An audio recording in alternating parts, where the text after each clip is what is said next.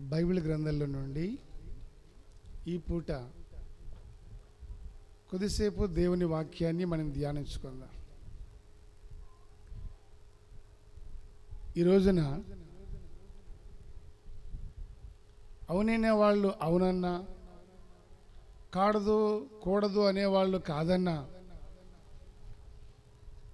ప్రభు అయిన యేసుక్రీస్తు ఆయన మనుష్యుల అందరి కొరకు, సర్వలోకము కొరకు ఈ రోజున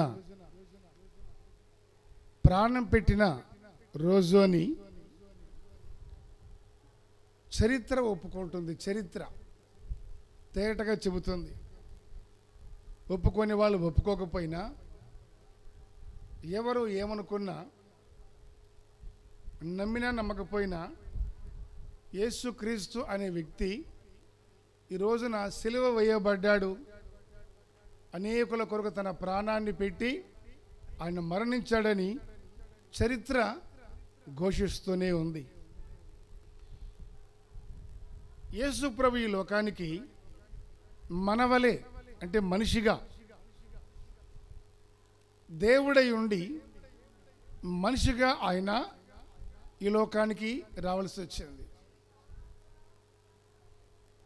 మన పాపముల నుండి విడిపించేదానికి. ఎన్నెన్ని రకాలుగానో చూస్తే అన్ని విషయాలలో తేలిన ఫలితార్థము మనిషి పాపంలో ఉన్నాడు. దాని నుండి విడిపించేదానికి పాపము లేని వ్యక్తిగా ప్రభువైన యేసుక్రీస్తు ఈ లోకానికి వచ్చాడు. ఆదాము నుండి ఏం కలిగింది? పాపం. అందుకని మనుషుల నుండి వచ్చిన పాపాన్ని మనుషుని ద్వారానే కొట్టివేసేదానికి ప్రభు ఈ లోకానికి వచ్చాడు. యేసు ప్రభుకు మరొక పేరేంటి? కడపటి ఆదాం. ఏం పేరు? కడపటి ఆదాం. కడపటి ఆదాం అంటే ఇంకొక ఆదాం ఉండాలి. ఎవరు ఆదాము? మొదటి ఆదాం. మొదటి ఆదాం, మొదటి పురుషుడు, మొదటి మానవుడు. ఆదాము ద్వారా వచ్చినటువంటి అతిక్రమం వల్ల వచ్చిన పాపాన్ని పోగొట్టి మనల్ని విడిపించేదానికి కడపటి ఆదాముగా, మనిషి నుండి వచ్చిన దాన్ని మనుషుల నుండే కొట్టివేసేటట్లుగా మనిషిగా ఈ లోకానికి ప్రభువైన యేసుక్రీస్తు ఆయన వచ్చాడు. ఆయన దేవుని కుమారునిగా, దేవునిగా ఈ లోకంలో ఉన్నప్పుడు తనను గురించి తాను శిష్యులకు, ఇతరులకు అందరికీ యేసు ప్రభు పరిచయం చేసుకున్నాడు. మానవుడిగా ఓ సేవకుడు మంచి మాట చెప్పాడు. మానవుడిగా ఆకలి కొన్నాడు యేసు ప్రభు. దేవుడు ఆకలి కొంటాడు, ఆకలి తీరుస్తాడా? తీరుస్తాడు. దేవునిగా, మనిషిగా ఆకలి కొన్న ఆయన దేవునిగా 5 రొట్టెలు 2 చిన్న చేపలు ఎంతకు పంచిపెట్టాడు? 5,000 మంది పురుషులకు, ఇంచుమించు 25,000 మందికి 5 రొట్టెలు 2 చిన్న చేపలు పంచిపెట్టాడు. మనిషి ఎక్కడ నడుస్తాడు? నేను ఆలోచన చేసి ఈ మాట విన్న తర్వాత అప్పుడు నాకు కొన్ని సంగతులు బైబిల్లో కనపడ్డాయి. మనిషి ఎక్కడ నడుస్తాడు? మనిషి ఎక్కడ నడుస్తాడు? నేల మీద. మనిషిగా నేల మీద నడిచాడు. ఆయన దేవునిగా ఎక్కడ నడిచాడు? సముద్రం మీద నడిచాడు. మనిషిగా నేల మీద నడిచాడు, దేవునిగా సముద్రం మీద నడిచాడు. ఇవన్నీ చూస్తే మనిషిగా అందరితో పాటు పన్ను కట్టాడు. దేవుడిగా ఆయన చేపలో ఉన్నటువంటి శేఖలను తీసుకొచ్చి రప్పించి పన్ను కట్టాడు. మనిషిగా మరణించాడు, దేవునిగా తిరిగి లేచాడు. ఎన్నో ఎన్నో ఎన్నో అద్భుతమైన సంగతులు. వాక్యాన్ని ధ్యానించి ఆలోచించాలి కానీ, ప్రత్యక్షతను పొందాలే కానీ ఎన్నో సంగతులు. సరే, యేసు ప్రభు యొక్క సిలువ అనుభవం ఎలాగుంది అంటే, ఈరోజు దేవుడు మనకు సమృద్ధిగా కృప అనుగ్రహించాలి. ఆమేన్. చదవండి, కొన్ని మాటలు చదువుకుందాం. మార్కు సువార్త 15వ అధ్యాయం. మార్కు సువార్త 15వ అధ్యాయం 25వ వాక్యం నుండి చదివితే, ఆ, ఆ. ఆయనను సిలువ వేసినప్పుడు పగలు ఎంత అయిందట? 1 నిమిషం. చూడండి ఏం జరిగింది అన్న విషయాన్ని చూస్తే, యేసు ప్రభువును సిలువ వేశారు. సిలువ వేసిన తర్వాత జరిగినటువంటి సంగతులు ఏంటి? ఆ సిలువ వేయక ముందు ఆయన తీర్పు తీసుకొని వచ్చారు. తీర్పు కొరకు తీసుకొచ్చిన తర్వాత ఏం జరిగిందన్న విషయాన్ని కాస్త మనం ఆలోచన చేస్తే, ఆ ముందు రోజే యేసు ప్రభుని తీసుకొని వచ్చి న్యాయ సభ, అది న్యాయసభ ఏమీ కాదు, పేరుకు మాత్రము న్యాయసభ, ఆ న్యాయసభలో ఆయన్ను నిలవబెట్టారు. నిలవబెట్టి అవి ఇవి అన్నీ విచారించి అన్నీ చేసిన తర్వాత సమయం అయిపోయింది. పొద్దుపోయిన తర్వాత కొన్ని తీర్పులు తీర్చకూడదు అని చెప్పి ఏం చేశారు? యేసు ప్రభువుని అప్పటికే ఆయన చిత్రవద చేశారు. మరుసటి రోజు తీర్పు వరకు ఆయన ఏం చేశారు?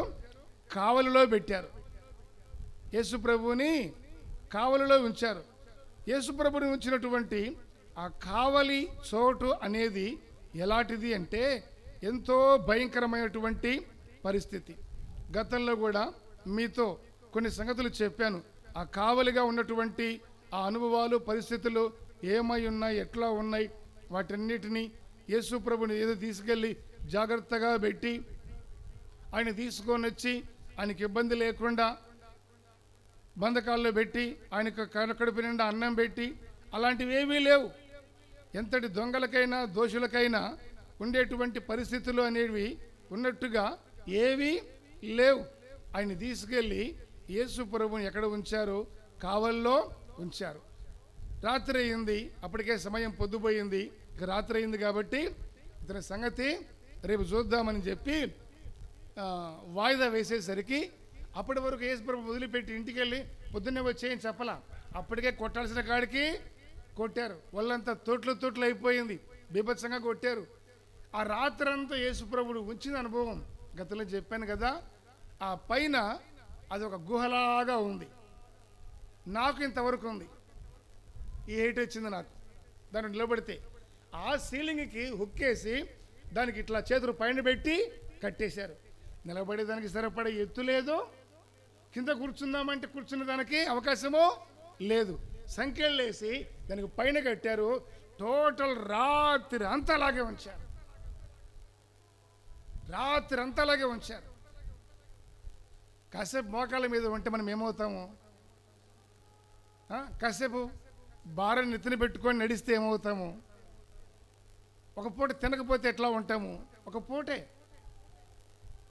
కానీ ఆయనకు అవేమీ లేవు, తిండి లేదు, నీళ్ళు లేదు కాదు కదా. ఘోరమైన చిత్రవద. అప్పటికే రక్తంతో బట్టలన్నీ తడిసి ఎండిపోయాయి, రక్తపు వాసన.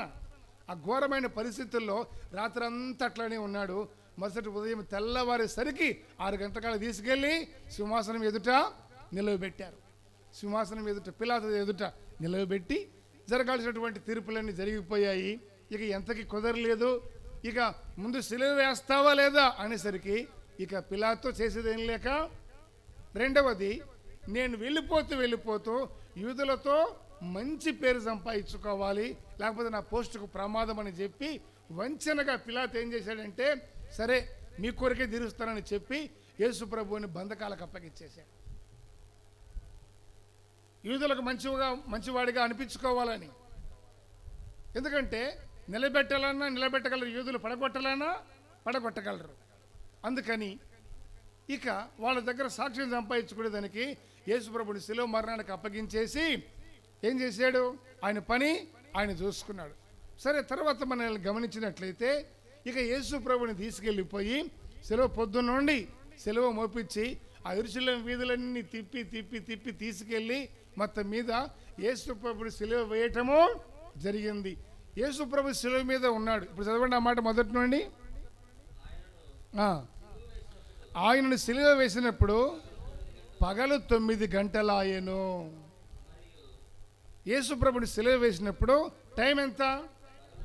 ఉదయం 9 గంటలకంతా ఆయన శిలువ మీదకి ఎక్కించేశారు, మేకలు కొట్టారు, శిలువ మీదే ఉన్నాడు. ఆ చదువు తర్వాత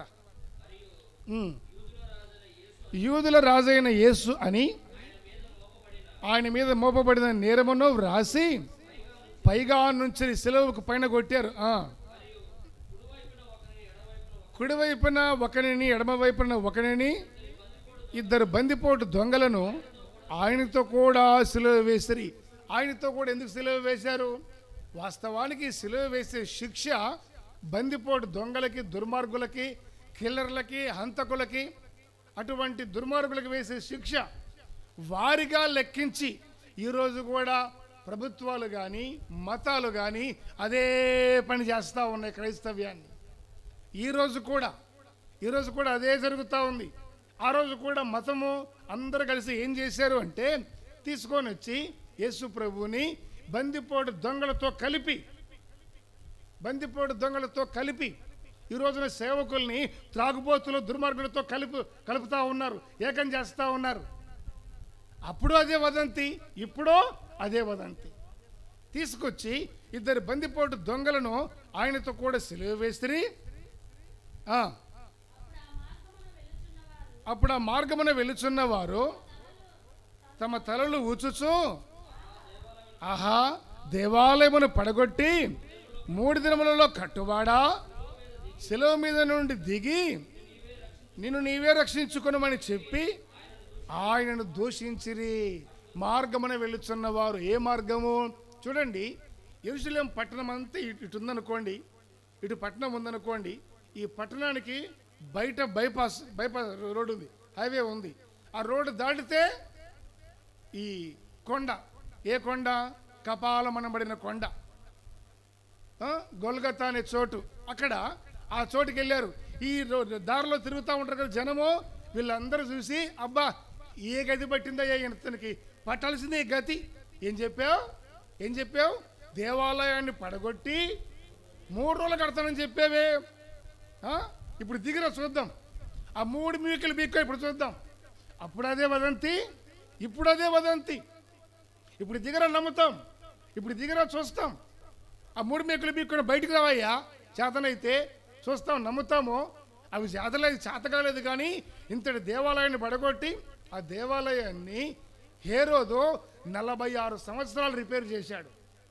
రిపేర్కి ఎంత టైం పట్టింది? 46 ఏళ్ళు. ఎంత అందంగా చేయగలడో, ఎంతగా దాన్ని తీర్చిదిద్దగలడో అంతగా చేశాడు. ఎందుకు? యూదులకు సమాజ మందిరాలు, ఈ మందిరాలు అంటే ప్రాణం.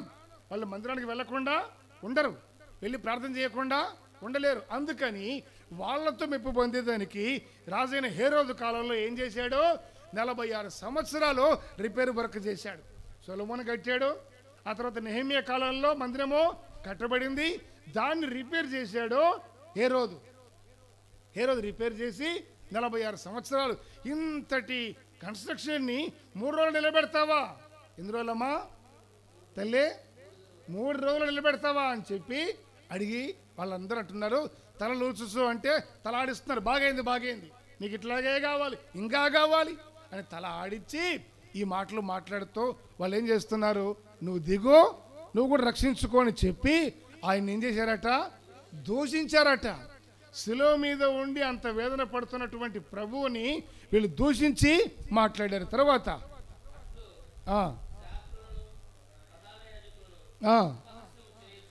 అట్లు శాస్త్రులు, ప్రధాన యాజకులు అపహాస్యము చేయొచ్చు.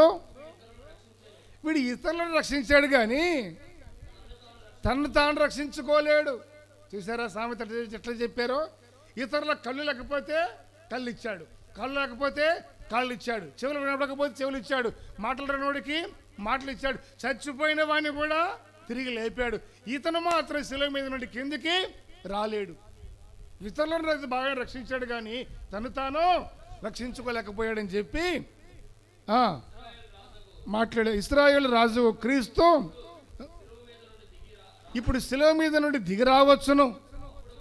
అప్పుడు మనము చూచి నమ్ముదమని ఒకరితో ఒకడు చెప్పుకొనిరి.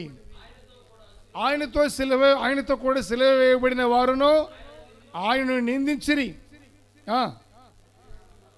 మధ్యాహ్నం మొదలుకొని 3 గంటల ఎన్ని గంటల వరకు సిలువ వేసింది? ఎన్ని గంటలకి?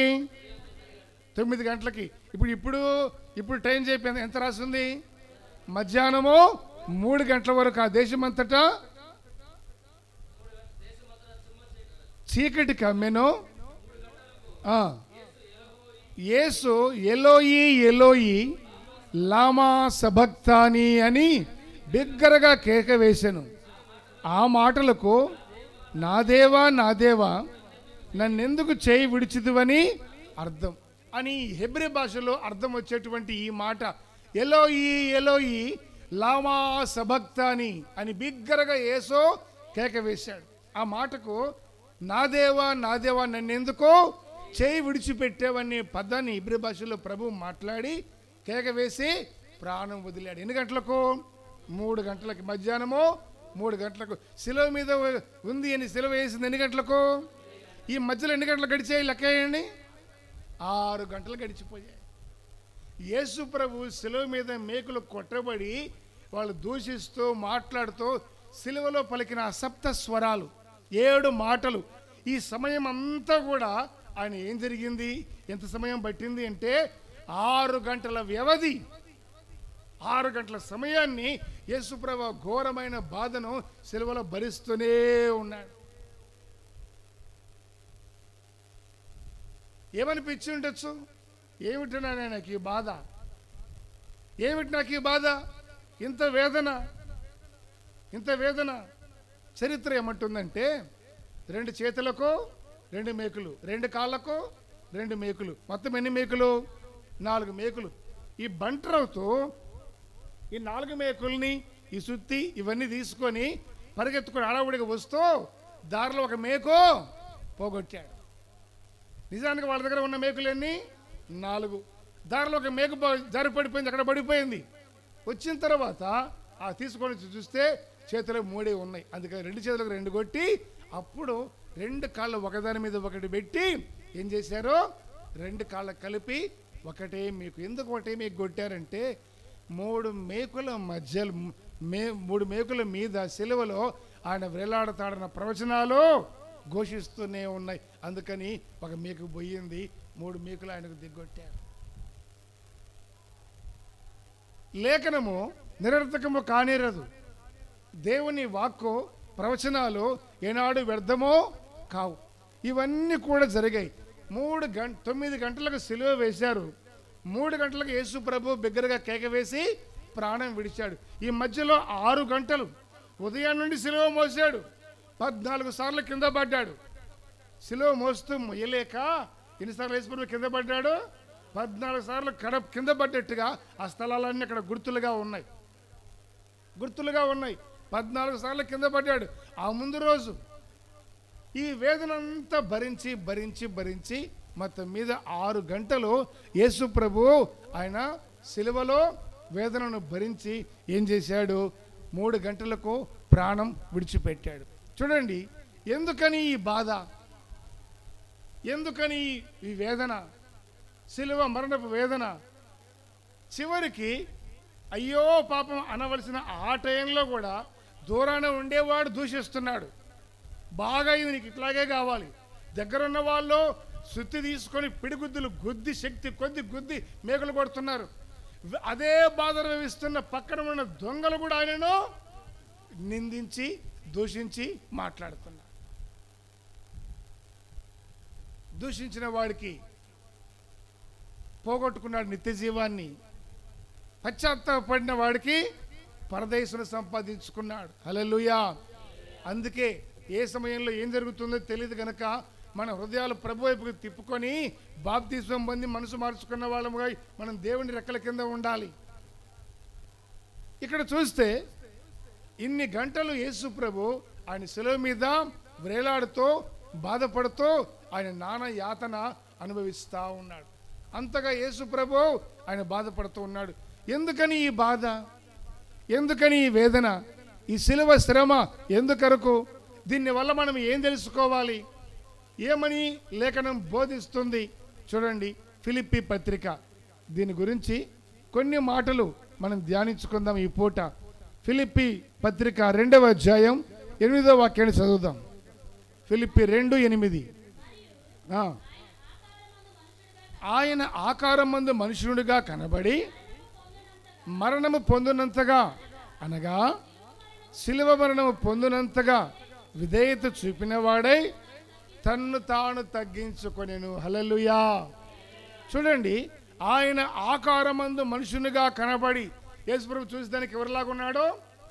దేవుళ్ళలాగా ఉన్నాడా? మనలాగా ఉన్నాడు. మనుషులాగా కనబడినా మనిషి మరణం ఎవరికి? మనిషిగా దేవుడికా? మనిషికి మరణము పొందినంతగా, అనగా అంటే ఎట్లాంటి మరణము? సహజ మరణం కాదు, అందరికి వచ్చేటువంటి మరణం లాంటిది కాదు, కఠినమైన మరణం, శిలువ మరణము పొందినంతగా ఏం చేశాడు? విధేయత చూపిన వాడై తన్ను తాను తగ్గించుకొనెను. దేవునికి మహిమ కలుగును గాక. ఆ రోజు ఆయన తగ్గించుకున్న తగ్గింపే ఈరోజు మనల్ని హెచ్చించి ఘనపరిచి గొప్ప చేసింది. దేవునికి స్తోత్రం. కాబట్టి శిలువ మరణం పొందినంతగా ఆయన ఏం చేశాడు? తను తాను తగ్గించుకొని అంతగా విధేయత చూపిన వాడై తగ్గించుకున్నాడు. అంటే శిలువ వలన మనం ఈ పూట నేర్చుకోవలసినటువంటి మాట ఏమిటి అంటే విధేయత, తగ్గింపు స్వభావం, దీనత్వం, ఇవన్నీ కూడా క్రీస్తులో మనకు కనబడుతున్నాయి. ఏం చేసినా, ఎంత శ్రమ పెడుతున్నా, బొచ్చు కత్తరించు వాని ఎదుట గొర్రె పిల్ల మౌనముగా ఉండినట్లుగా ఆయన మారు మాట మాట్లాడకపోయాను, మౌనముగా ఉండెను. విధేయత, తగ్గింపు స్వభావం. క్రీస్తునందు మనం నేర్చుకోవలసినటువంటి ఆ అనుభవం ఏంటిది అని చూస్తే విధేయత అనేది మనకు నేర్పుతుంది యేసుక్రీస్తు యొక్క శిలువ మరణం. దేవునికి స్తోత్రం. కాబట్టి ఈయన దగ్గర మనలో ఉన్నటువంటి విధేయత అనేది మనం కలిగి ఉండాలని, మనకు మాదిరిగా ఆ రోజు యేసు ప్రభు శిలువ మరణాన్ని పొంది ఆ శిలువ మరణములో విధేయతను మనకు చూపాడు. కాబట్టి ఈ విధేయత అనేది మనలో ఉంటే మనం ఏమవుతామో? మనము కూడా ఆయన వలె శ్రమను అనుభవిస్తాం, శిలువ మోస్తాం. మనం శిలువ మోయాలా? ఆయన మోసాడు కదా, సరిపోదా? ఇక మనకేమిచ్చాడు? మనకేం కలిగింది? ఆయన శిలువ మోసిన దాని వలన మనకు కలిగినటువంటి అనుభవాలు ఏంటి అని చూస్తే చదవండి. మత్తయి సువార్త 16వ అధ్యాయం 24వ వాక్యం. మత్తయి 16:24.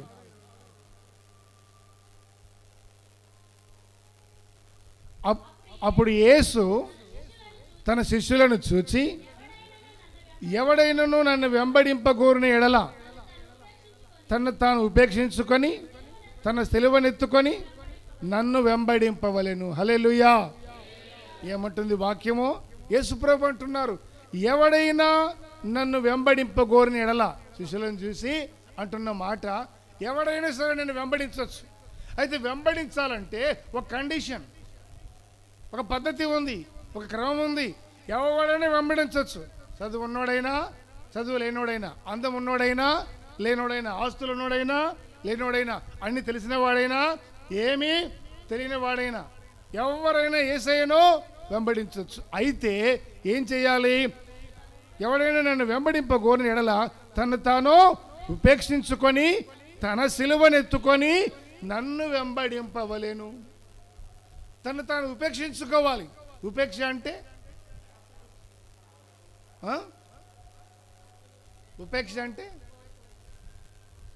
ఏం చెప్పారు?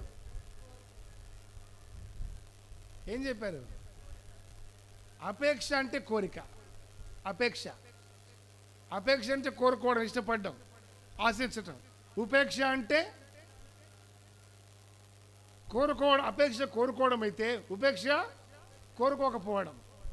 అపేక్ష ఆశించడం అయితే ఉపేక్ష ఆశించకపోవడం. ఇష్టపడడం అపేక్ష అయితే ఉపేక్ష ద్వేషించటం.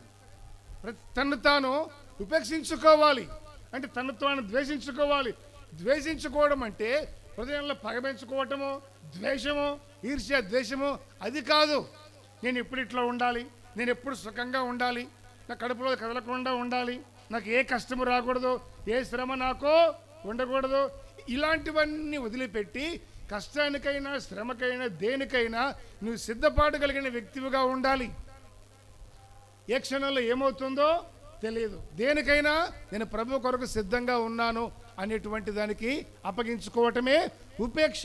తను తాను ఉపేక్షించుకొని తన సిలువనెత్తుకొని నన్ను వెంబడింపవలను. తన సిలువ అంటే ప్రభువైన యేసుక్రీస్తు ఈ లోకానికి వచ్చి ఆయన తన సిలువ మోసి శ్రమలు భరించి ఆయన మరణించి లోకపు దేవుడి చిత్తాన్ని నెరవేర్చి లోకంలో వెళ్ళిపోయాడు. పౌలు గారు ఏమన్నారు?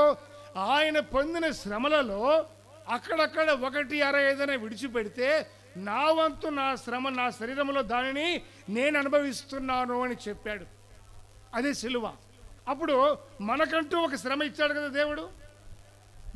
మనకంటూ శ్రమ అంటే ఉద్యోగం చేసుకొని వ్యాపారం చేసుకొని సంపాదించుకొని ఇల్లు వాకిళ్ళు చూసుకొని అన్ని సంపాదించుకొని వీటి కోసం శ్రమ పడేది కాదు.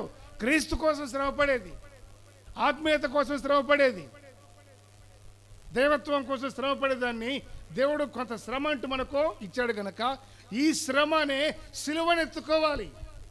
ఈ సిలువ అనే శ్రమను మన భుజముల మీద మనము కలిగి ఉండాలి. మనకంటే ఒక శ్రమ ఉంది. నువ్వు జీవితం అంతా నీ బ్రతుకు కాలం అంతా నీ కొరకే ప్రయాసపడి నువ్వు దేవుడు కొరకుంటూ ఏ శ్రమ లేకపోతే, దేవుడు కొరకుంటూ ఏ శ్రమ ఉండకపోతే, దేవుడు కొరకుంటూ నువ్వు ఏ ఇది లేకపోతే పరిస్థితి ఏమవుతుంది? నీ కొరకు నువ్వు శ్రమపడే వ్యక్తివి కానీ దేవుడి కొరకు శ్రమపడే వ్యక్తివి కాదు. మరి నీ సిలువేది? ప్రభు నీకు ఇచ్చినటువంటి సిలువ ఎక్కడ? ప్రభు నీకు మొయ్యమని ఇచ్చినటువంటి అప్పగిచ్చిన భారం ఎక్కడ పడేసావు? ఆ భారాన్ని మొయ్యకపోతే ఎట్లా ఉంటుంది తెలుసా? మీకు మాట చెప్పనా? అప్పుడు ఎప్పుడో కొన్ని ఏళ్ల కింద చెప్పినట్టుగా గుర్తు. దేవుడు చెప్పాడట, ఇదిగో ఎవడుకి వాడు ప్రతివాడు తన సిలువను ఎత్తుకోండి అంటే ఒక్కొక్క సిలువ మీద ఒక్కొక్క పేరు రాస్తుంది, ఒక్కొక్కరి పేరు రాస్తుంది. ఒకరి సిలువ పెద్దగా ఉంది, పొడవుగా, ఒకరి సిలువ పొట్టిగా రకరకాలుగా ఉంది. మొత్తం మీద ఎవరి పేరున సిలువ ఎత్తుకొని వాళ్ళు ప్రయాణము మొదలుపెట్టారు. మొదలుపెట్టినప్పుడు ఏమైంది అని చూస్తే ఈ సిలువ మోసుకొని పోతే ఆ కొండ చివర వచ్చిందట ఒక లోయ వచ్చింది, ఆగాధం. వీళ్ళు ఏం చేయాలి? దీన్ని దాటి అవతలకి వెళ్ళాలి. ఇక పరలోకి వెళ్ళిపోతారు. ఇక సిలువ మోసే పని లేదు. ఇక అందరూ మోసుకుంటూ పోతే భుజం మీద పెట్టుకున్నప్పటి నుంచి ఒక వ్యక్తి, అబ్బా ఇంత పెద్ద సిలువ ఇచ్చాడే నాకు, ఇంత బారుగా ఉంది, నా అంత 2 అంతలు ఉంది, ఎక్కడ మోసాను? ప్రభు నన్ను కడగరిస్తారు అనుకున్నాను, ఇంత కఠినంగా ఇంత భారం పెట్టాడు, నా వల్ల కాదు అని చెప్పి నా వల్ల కాదు, మొయ్యలేను అనుకుంటూ వస్తున్నాడంట. దారిలో ఆ అడవిలో ఒక అతను కట్లు కొట్టుకుంటుంటే ఇక ఆలోచన చేసి నా వల్ల కాదని అతని దగ్గర గొడ్డలు తీసుకొని కొంచెము నరికేశాడు. పర్వాలేదు అని అనుకొని సెలవెత్తుకొని మరలా అందరితో పాటు కలిసి నడిచాడు. నడిచిన తర్వాత మరలా కొంచెం దూరం పోయిన తర్వాత మరలా ఒకరు ఎదురైతే కొంచెం దూరం మోసేసరికి నరికిన తర్వాత సిలువ భారం ఏమైంది? తగ్గింది. ఆ భారం ఎత్తుకొని మరలా కొంచెం దూరం మోసేసరికి భారం ఏమైపోయింది? మరలా భారం ఎక్కువైపోయింది. నా వల్ల కాదు, నేను మొయ్యలేను అని చెప్పి మరలా ఇంకొకరి దగ్గర కనపడితే గొడ్డలు తీసుకొని మరొక మోరుడు ఆ సిలువను నరికేశాడు. తేలికయింది. ఇక మరలా పోతామంటే మరలా భారమైంది. ఇక ఏది ఏమైనా మొయ్యాలని చెప్పి మొత్తం మీద మోసుకొని పోయాడు. మోసుకొని అక్కడికి వెళ్ళిన తర్వాత అందరూ ఆ చివర ఉన్నప్పుడు, అగాధపు చివర అంచుల్లో ఉన్నప్పుడు అప్పుడు దేవుడి స్వరం వినపడిందట, మీరు మోసుకొచ్చిన సిలువను ఆ అగాధానికి అటు ఇటు వంతెనలాగా వేయండి అనేసేసరికి పొడుగా ఉన్న సిలువ వేసినా పొట్టిగా ఉన్న సిలువ వేసినా ఏది వేసినా ఎవరి సిలువ వాళ్ళకి సరిగా సరిపోయిందట. ఆ చివరికి వంతెనలాగా ఈ నరికాడే ఎంత నరికాడో అది గ్యాప్ వచ్చేసింది. సరిపోవట్లా అందరూ వేసుకున్నారు. సులభంగా సిలువ మీద నుంచి నడిచి దాటి ఏ ఇబ్బంది భయం లేకుండా అవతల తీరానికి వెళ్ళిపోతున్నారు. యువతల నుంచి ఈ కొండ మీద నుంచి అవతల కొండ మీదకి ఈ వంతెనలాగా సిలువను వేసుకొని వరదలాగా దాటి అటు వెళ్ళిపోతున్నారు. అందరు సంతోషంగా, ఇంకా బరువు ఉంది భుజాల మీద లేదు, సంతోషంగా చక్కగా నడిచి వెళ్ళిపోతా ఉన్నారు. ఈ నరికేడే సిలువ ఆ వ్యక్తి ఎంత పెట్టినా ఎన్నిసార్లు అటు ఇటు చూసినా లాభం లేదు. వేరే ఒకరి దాని మీద పోలేడు. ప్రతి వాడు తన సిలువను ఎత్తుకొని నన్ను వెంబడించాలి. వెంబడించడం అయితే వెంబడించాడు కానీ సిలువనైతే ఎత్తుకోలేదు. ఎత్తుకున్నాడా? ఎత్తుకున్నట్టుగానే ఉన్నాడు. ఇది భారం అది భారం అని బరువైనప్పుడంతా నరకడం అంటే శ్రమను పొందేదానికి ఇష్టపడట్లా, దేవుడి కొరకు శ్రమ అనుభవించేదానికి ఇష్టపడట్లా, దేవుడి కొరకు కష్టం అనుభవించేదానికి ఇష్టపడే మనసు లేదు. అందుకని ఇటే మిగిలిపోయాడు. ఆ తర్వాత వచ్చారో అతన్ని చెరబట్టుకొని నరకానికి తీసుకెళ్ళి అగాధం లోయలో పడవేశారు. నీ సిలువను మొయ్యమని దేవుడు నీకంటూ ఒక భారాన్ని ఇచ్చాడు. ఏమిటా భారం? నీవు దేవుడితో ఉండాల్సిన రీతిగా ఉంటే, మారు మనసు పొందిన వ్యక్తివిగా బాప్తిజం పొంది ప్రభు సహవాసంలో ఉంటూ దేవుని వెంబడిస్తూ బలలో పాలు పొందుతూ నీవు నమ్మకంగా దేవుడితో ఉండి నీవు చేస్తున్న భక్తి ఇంత ఎంతో కానీ అది చేసేది ఎంతో కొంత యథార్థమైనదిగా దేవుడికి ఇష్టమైనదిగా. దేవుడికి ఇష్టమైనది అంటే ఏంటిది చెప్పండి? దేవుడికి ఇష్టమైనది అంటే ఏంటిది? నరకకపోవటమే దేవుడికి ఇష్టం. అంటే శ్రమను భరించడానికి నీవు ఇష్టపడకపోవటమే కష్టం దేవుడికి. నువ్వు ఇష్టపడి దేవుడి కొరకు ప్రయాసపడ్డావా, ఆయన ఆనందిస్తాడు, ఆయన సంతోషిస్తాడు. దేవుడి కొరకు కష్టపడ్డావా, ఆయన మిక్కిలు ఆనందిస్తాడు. ఆనందిస్తే నాకేమొస్తుందండి? లోకంలో నీకేమి రాకపోవచ్చు, నిత్య జీవం అనేది ఒకటి ఉంది. దేవుడికి స్తోత్రం. నిత్య రాజ్యము, హెవెన్లీ గవర్నమెంట్ అనేది ఒకటి ఉంది. దాంట్లో నీవు ఒక ఉన్నతమైనటువంటి అధికారం కలిగిన వ్యక్తిగా నీవు దేవుడితో కూడా ఉంటావు. ఆయన ఇక్కడ ఇస్తాడో అక్కడ ఇస్తాడు. అయితే ప్రతిఫలం ఆశించి మనం చేయం కదా. దేన్ని ఆశించి చేస్తామో? నిత్యరాజ్యాన్ని ఆశించి దేవుడి కొరకు. గనుక మన ఆత్మీయత, దైవ సంబంధమైన అనుభవాలు అనేటివి ఏమై ఉండాలి అంటే దేవుడితో ఉండేటివిగా ఉండాలి. Praise the Lord. చెబుదాం గట్టిగా, దేవుడితో ఉండేటివిగా ఉండాలి. ఎప్పుడైతే ఆ అనుభవాలు మనకు ఉంటాయో అవి ఏమవ్వాలి? దేవుడు ఏదైతే మన దగ్గర ఆశించాడో అవి మనము వాటిని వెంబడించేటువంటి వారముగా మనం ఉండాలి. దేవునికి స్తోత్రం. ప్రతి వాడు తన సిలువను ఎత్తుకొని ఏం చేయాలి? ఆయనను వెంబడించాలి. ఆ తర్వాత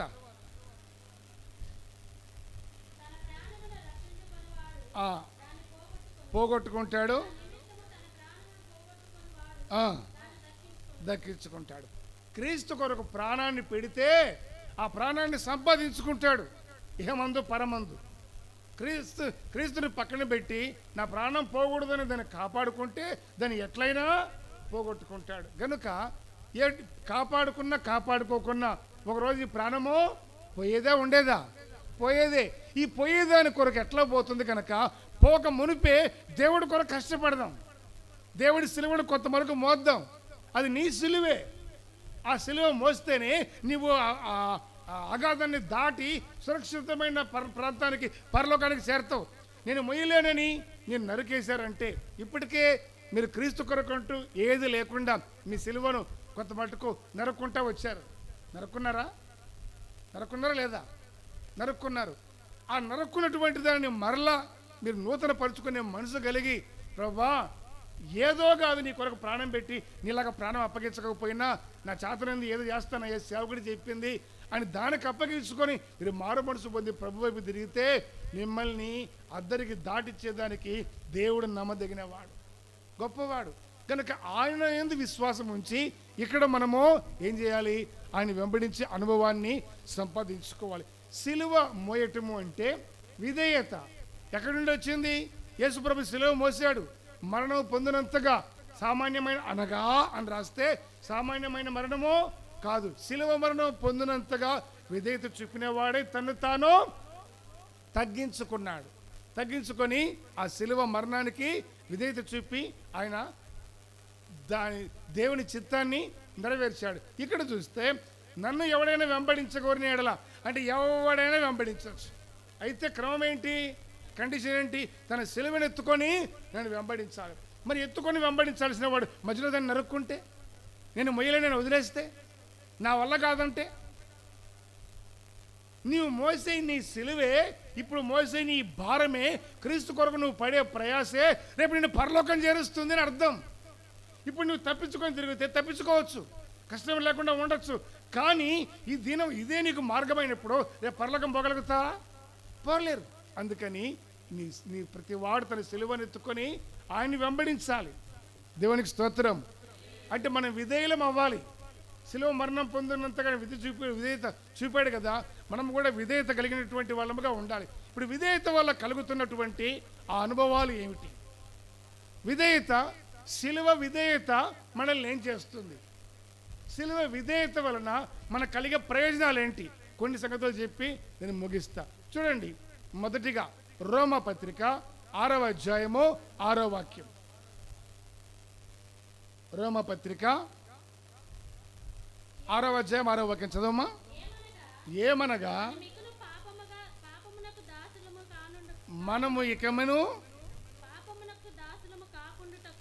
ఇకను పాపమునకు దాసులము కాకుండుటకు పాప శరీరము నిరర్ధకమగునట్లు మన ప్రాచీన స్వభావమును ఆయనతో కూడా సిలువ వేయబడిందని ఎరుగుదుము. ప్రాచీన స్వభావం అంటే ప్రాచీన పురుషుడు అంటే ఎవరు?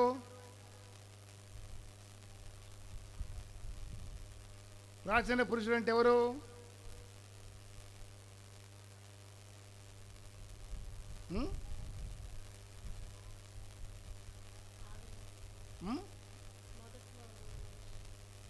ఎక్కడున్నాడు?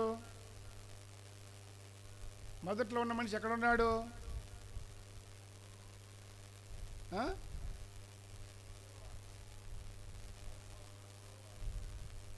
ప్రాచీన పురుషుడు అంటే ఎవరు? ప్రాచీన స్వభావం అని రాసింది. ప్రాచీన స్వభావం అన్న మాటకు పుట్టినోట్లు ఏం రాశాడు? ప్రాచీన పురుషుడు. స్వభావం అంటే గుణం, పురుషుడు అంటే పర్సన్, ఒక మనిషి, ఎవరనేది కాదు, ఒక వ్యక్తి, ఒక పర్సన్. ప్రాచీన స్వభావం అంటే మన గుణం, మన వ్యక్తిత్వం, మన స్వభావం. స్వభావం అన్న మాటని ఒక వ్యక్తితో మాట్లాడుతున్నాడు. వ్యక్తిత్వం వేరు, వ్యక్తి వేరు కదా. ఈ వ్యక్తిత్వాన్ని ఒక వ్యక్తితో పోల్చి మాట్లాడుతున్నాడు. ఇప్పుడు చెప్పండి, ప్రాచీన పురుషుడు అంటే ఎవరు?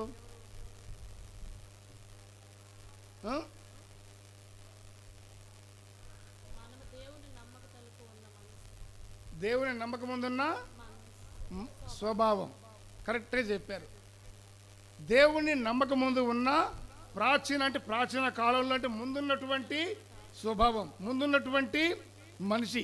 ఇప్పుడు కొంతమంది అంటుంటారు, నేను ఆ రోజుల్లో అట్లుండేవాడిని, ఇంతమందిని పొడిచా, ఇంతమందిని గొంతు కొరికేసా, ఇంతమందిని తినేసా, ఇప్పుడు మారు మనసు పొందా.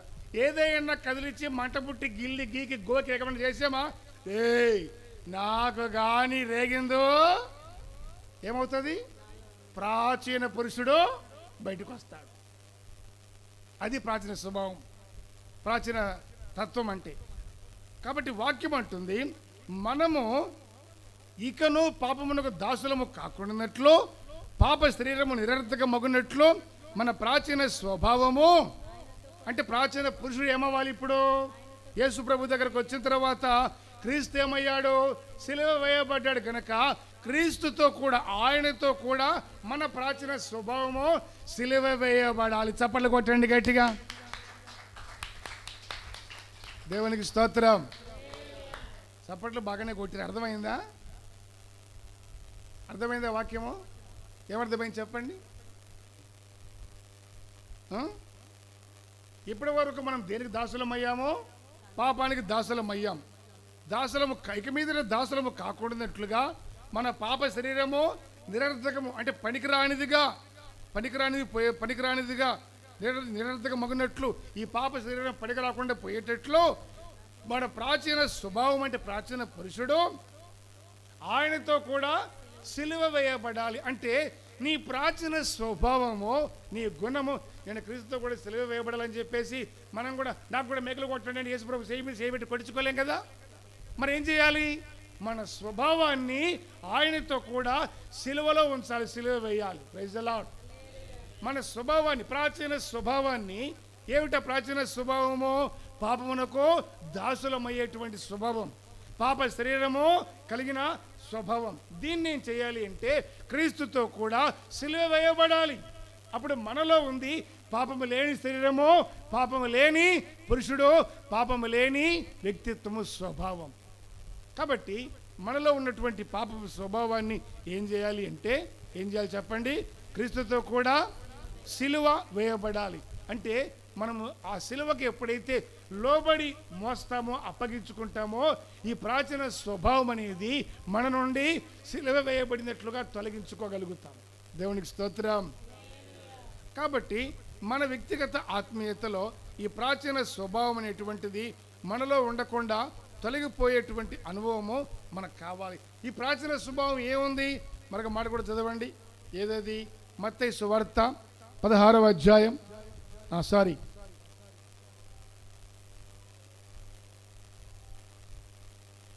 యెషయా గ్రంథము 26వ అధ్యాయము 13వ వాక్యం. యెషయా 26:13 చదవండి. యెహోవా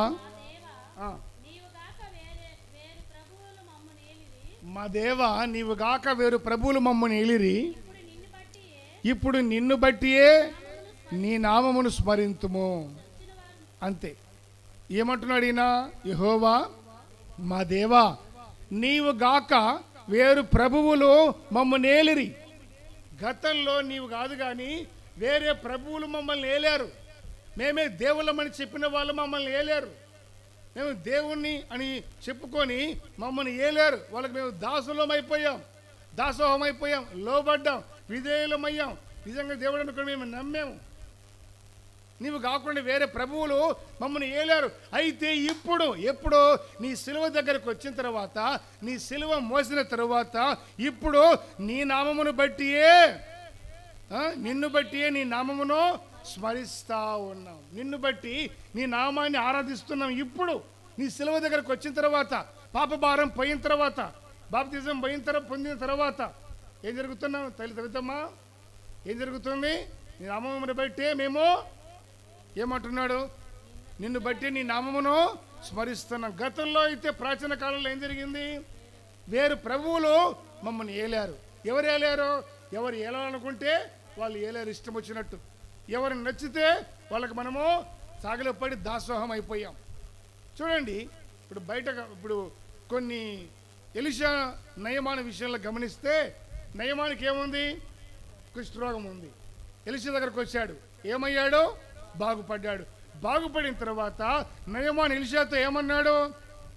ఇశ్రాయేలీలో ఇంత గొప్ప దేవుడు ఉన్న సంగతి నాకు ఇప్పటిదాకా తెలియదు, ఇప్పుడే తెలుసుకున్నా. దండం పెట్టేదానికి నేను రిమ్మోను గుడిలోకి వెళ్ళాను. రిమ్మోను గుడిలోకి వెళ్ళి రిమ్మోని దేవతగా నమస్కరించాను. ఆ విషయమై నన్ను దేవుడు క్షమించును గాక అని పశ్చాత్తాపడుతున్నాడు. ఎందుకు? రిమ్మోను గుడికి ఎందుకు వెళ్ళాడు? బాగుపడేదానికి వెళ్ళాడు. కానీ బాగుపడ్డా? లేదు. ఆ సిరియా నుండి ఇశ్రాయేల్ దేశానికి వచ్చాడు.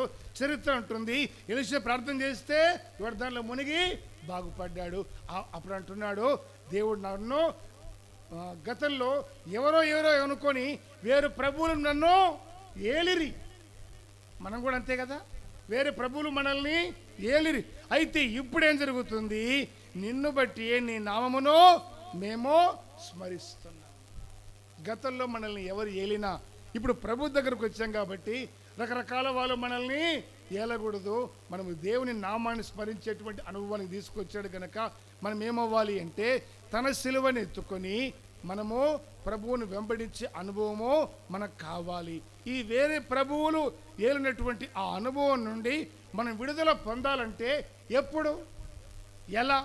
మరొక మాట చదువుతాం. కొలస్సీ పత్రిక 2:12 చదవండి. కొలస్సీ 2:12.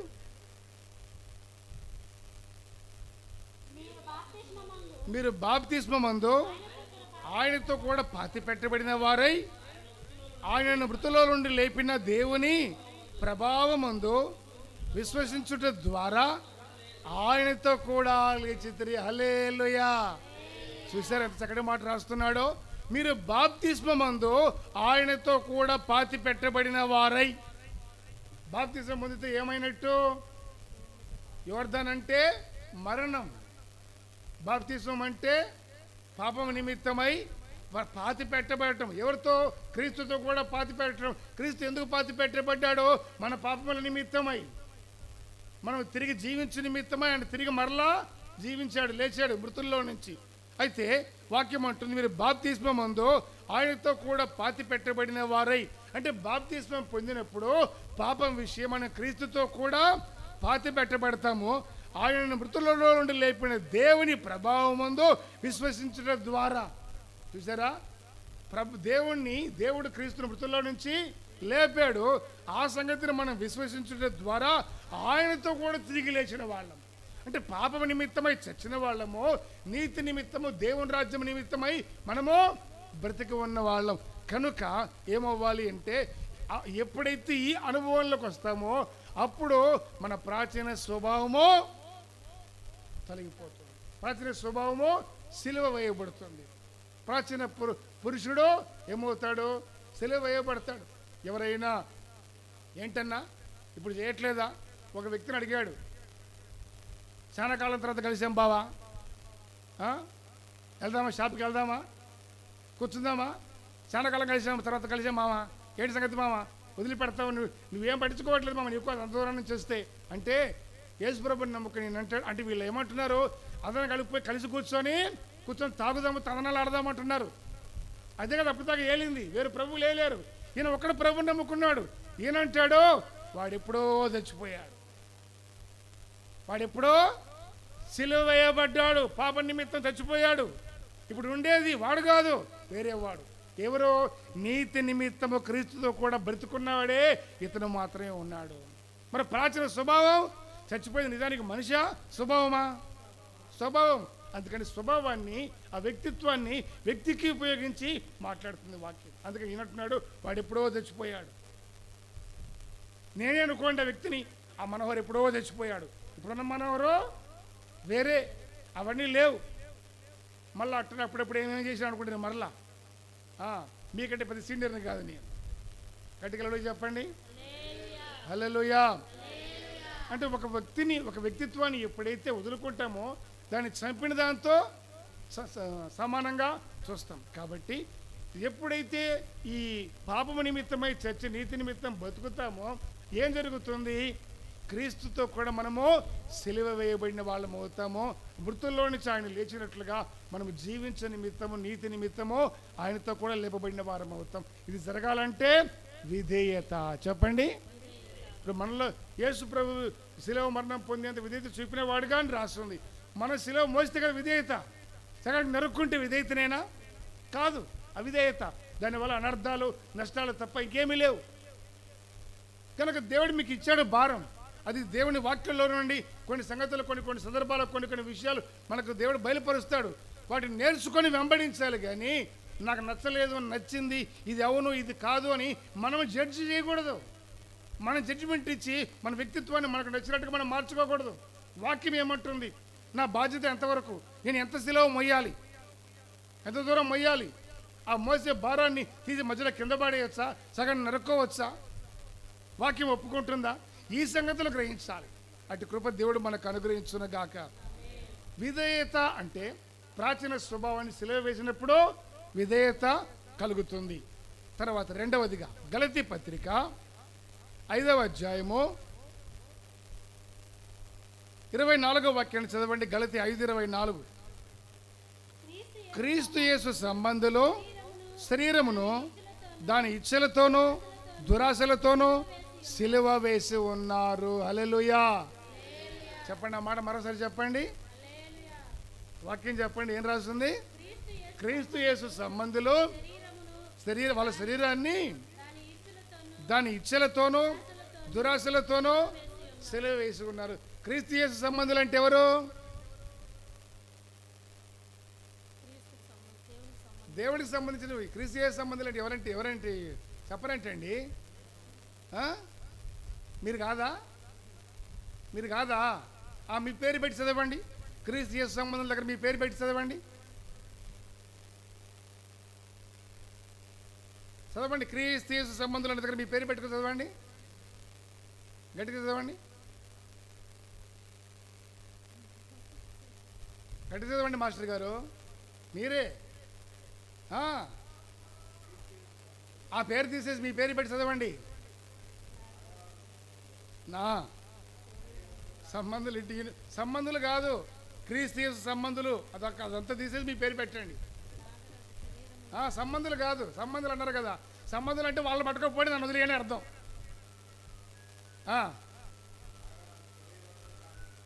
ఆ, ఆ. అబ్బా అబ్బా అబ్బా అబ్బా అబ్బా, ఈ వాక్యం చదివితే వినేదానికి అందంగా ఉందా? ఆయన గారు చదివితే ఆ వాక్యం వినేదానికి అందంగా ఉందా? చెప్పండి. నువ్వు చదువు నాయనా, నువ్వు చదువు.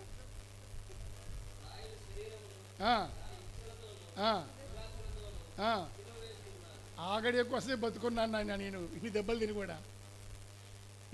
తిని కూడా ఆగడి ఎక్కువసేపు బతుకున్నాను నేను.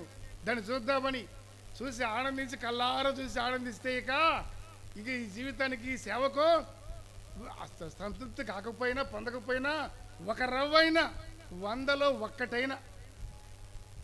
ఒక్కటైనా ఇప్పుడు చదివారు కదా, వినేదానికి ఎట్లా ఉందా మాట?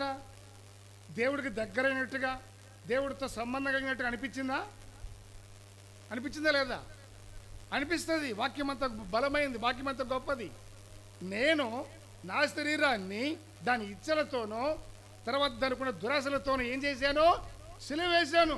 కాబట్టి ఇక ఆ శరీరంలో ఉన్న ఇచ్చలు, దురాశలు ఏమైపోయాయి? చచ్చిపోయాయి. సిలువలో చచ్చిపోయాయి. ఇక మనలో జీవించడానికి అవకాశము లేనే లేదు. కాబట్టి విధేయత పొందడం అంటే ప్రాచీన స్వభావాన్ని సిలువ వేస్తే విధేయత కలుగుతుంది. రెండవది, మన శరీరాన్ని, ఇచ్చలను సిలువ వేసినప్పుడు మనకు విధేయత కలుగుతుంది. ఇందుల గురించి లేఖనం ఏముంటుంది? అదే గలతీ పత్రిక 6వ అధ్యాయం 14వ వాక్యం చదవండి. గలతీ 6:14. మన ప్రభు అయిన యేసుక్రీస్తు సిలువ యందు తప్ప మరి దేని యందును అతిశయించుట నాకు దూరమగునుగాక. దాని వలన నాకు లోకమును, లోకానికి నేనును సిలువ వేయబడి ఉన్నాము. హల్లెలూయా. చప్పట్లు కొట్టండి గట్టిగా. దేవునికి మహిమ కలుగునుగాక. మన ప్రభు అయిన యేసుక్రీస్తు సిలువ యందు తప్ప మరి దేని యందును అతిశయించుట నాకు దూరమవునుగాక. అంటే మనిషి అతిశయిస్తే దేంట్లో అతిశయించాలి? దేవుని సిలువ యందు. అంటే నా కొరకు ప్రాణం పెట్టిన దేవుడు ఉన్నాడు. సిలువలో ఏముంది? మన ప్రాచీన స్వభావం సిలువ వేయబడింది, అందుకే అతిశయం. సిలువలో ఏముంది? రెండవదిగా మనం ఏం చదువుకున్నాం? క్రీస్తు యేసు సంబంధులు దాని శరీరమును ఇచ్చలతోనూ దురాశలతో సిలువ వేయబడ్డారు. అందుకని అతిశయం, అందుకని ఆనందం. అతిశయిస్తే యేసుక్రీస్తు సిలువ యందు తప్ప, ఇవన్నీ సిలువలో ఉన్నాయి కనుక మనం అతిశయిస్తున్నాం. నా శరీర క్రియలు, నా దుర్మార్గాలు, నా పాపాలు, నా అపవిత్రత, నా శరీరంలో ఉన్నటువంటి, నా దేహంలో ఉన్న ప్రతి చెడు ఏమైంది? సిలువలో యేసుక్రీస్తుతో కూడా సిలువ వేయబడింది. ఇప్పుడు మరి అక్కడ ఉంటుంది? అది ఉండకూడదు, దాన్ని రానివ్వకూడదు. అందుకని సిలువ యందే నాకు అతిశయము. సిలువ విలువ గొప్పది. అందుకే ఇక దేని యందు నేను అతిశయించలేను. దాని వలన నాకు లోకమును, లోకానికి నేనును సిలువ వేయబడి ఉన్నాము. ఎంత గొప్ప మాట అండి! నాకు లోకమును, లోకానికి నేను ఏమై ఉన్నాడట? సిలువ వేయబడి ఉన్నాడట. ఇప్పుడు యేసుప్రభు సిలువ వేయబడ్డారు కదా, కింద ఉండి వాళ్ళు ఏమన్నారు చెప్పండి? కింద ఉండి వాళ్ళు ఏమన్నారు? విరోధులందరూ ఏమన్నారు?